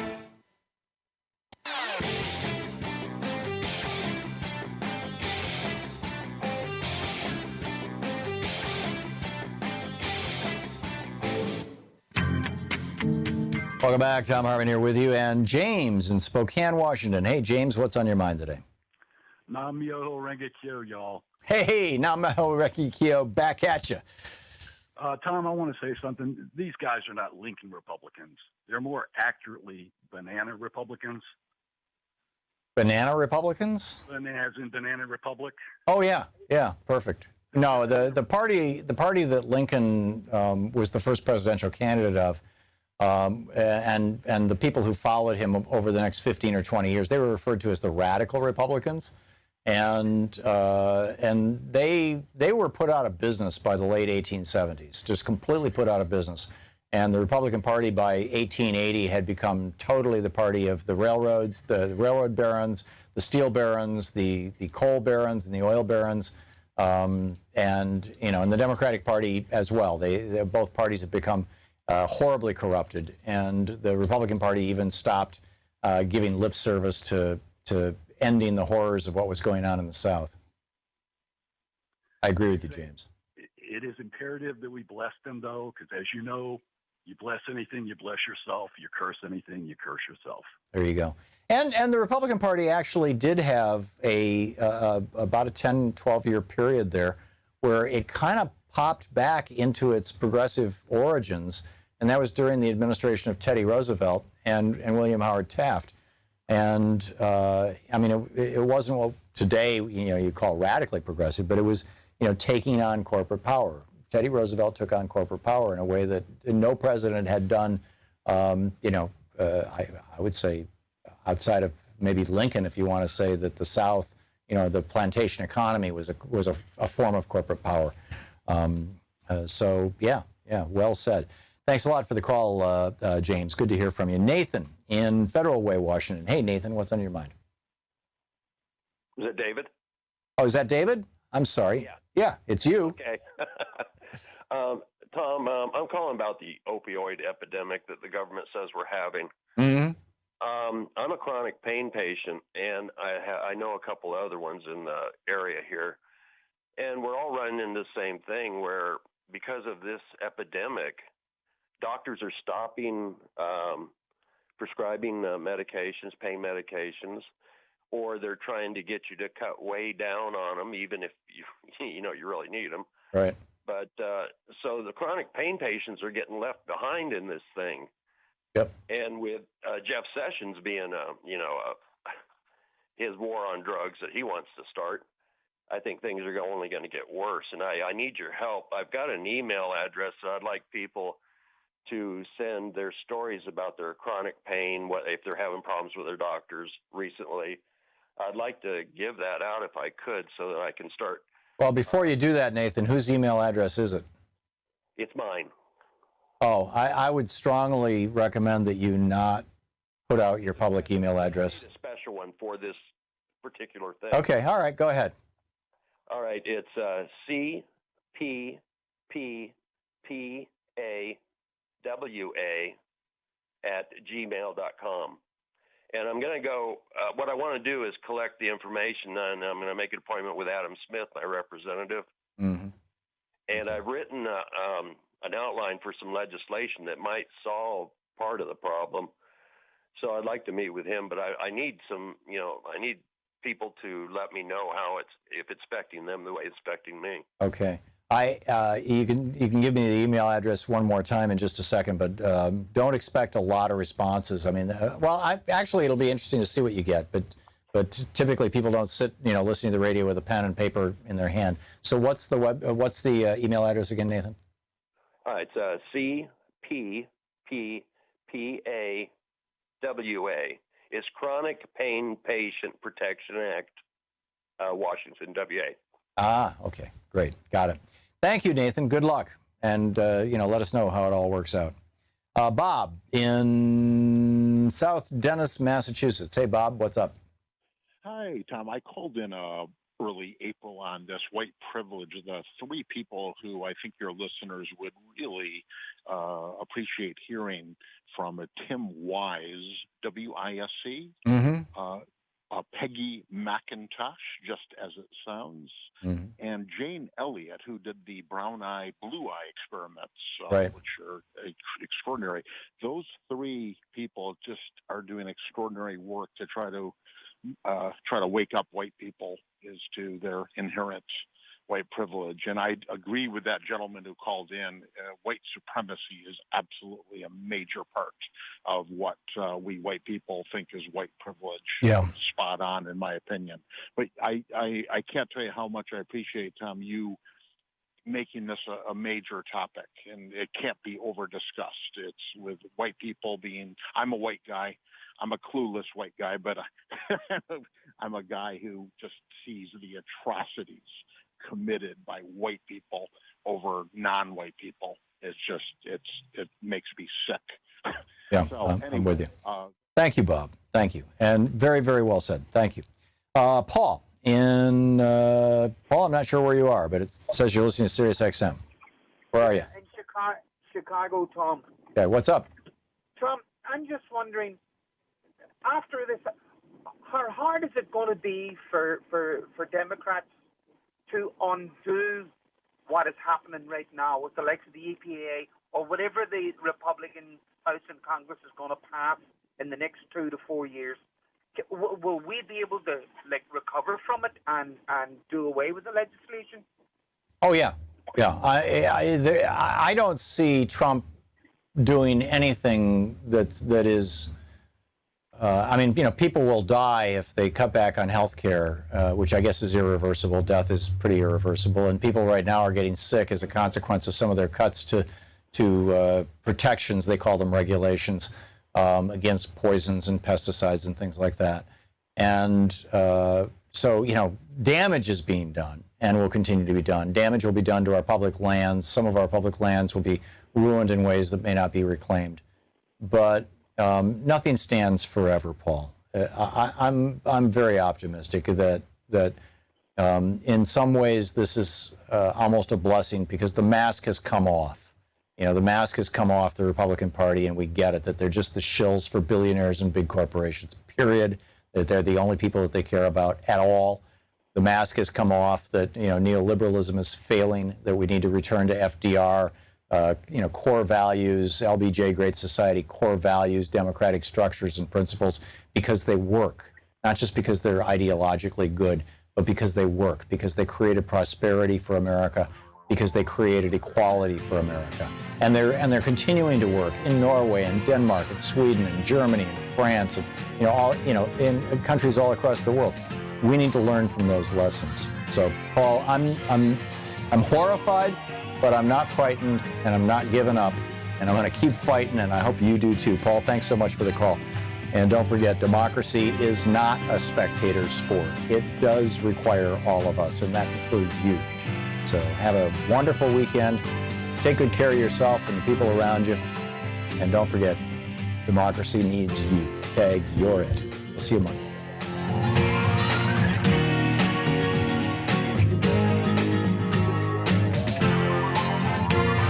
You've been listening to Thom Hartmann. For audio and video archives, visit thomhartmann.com.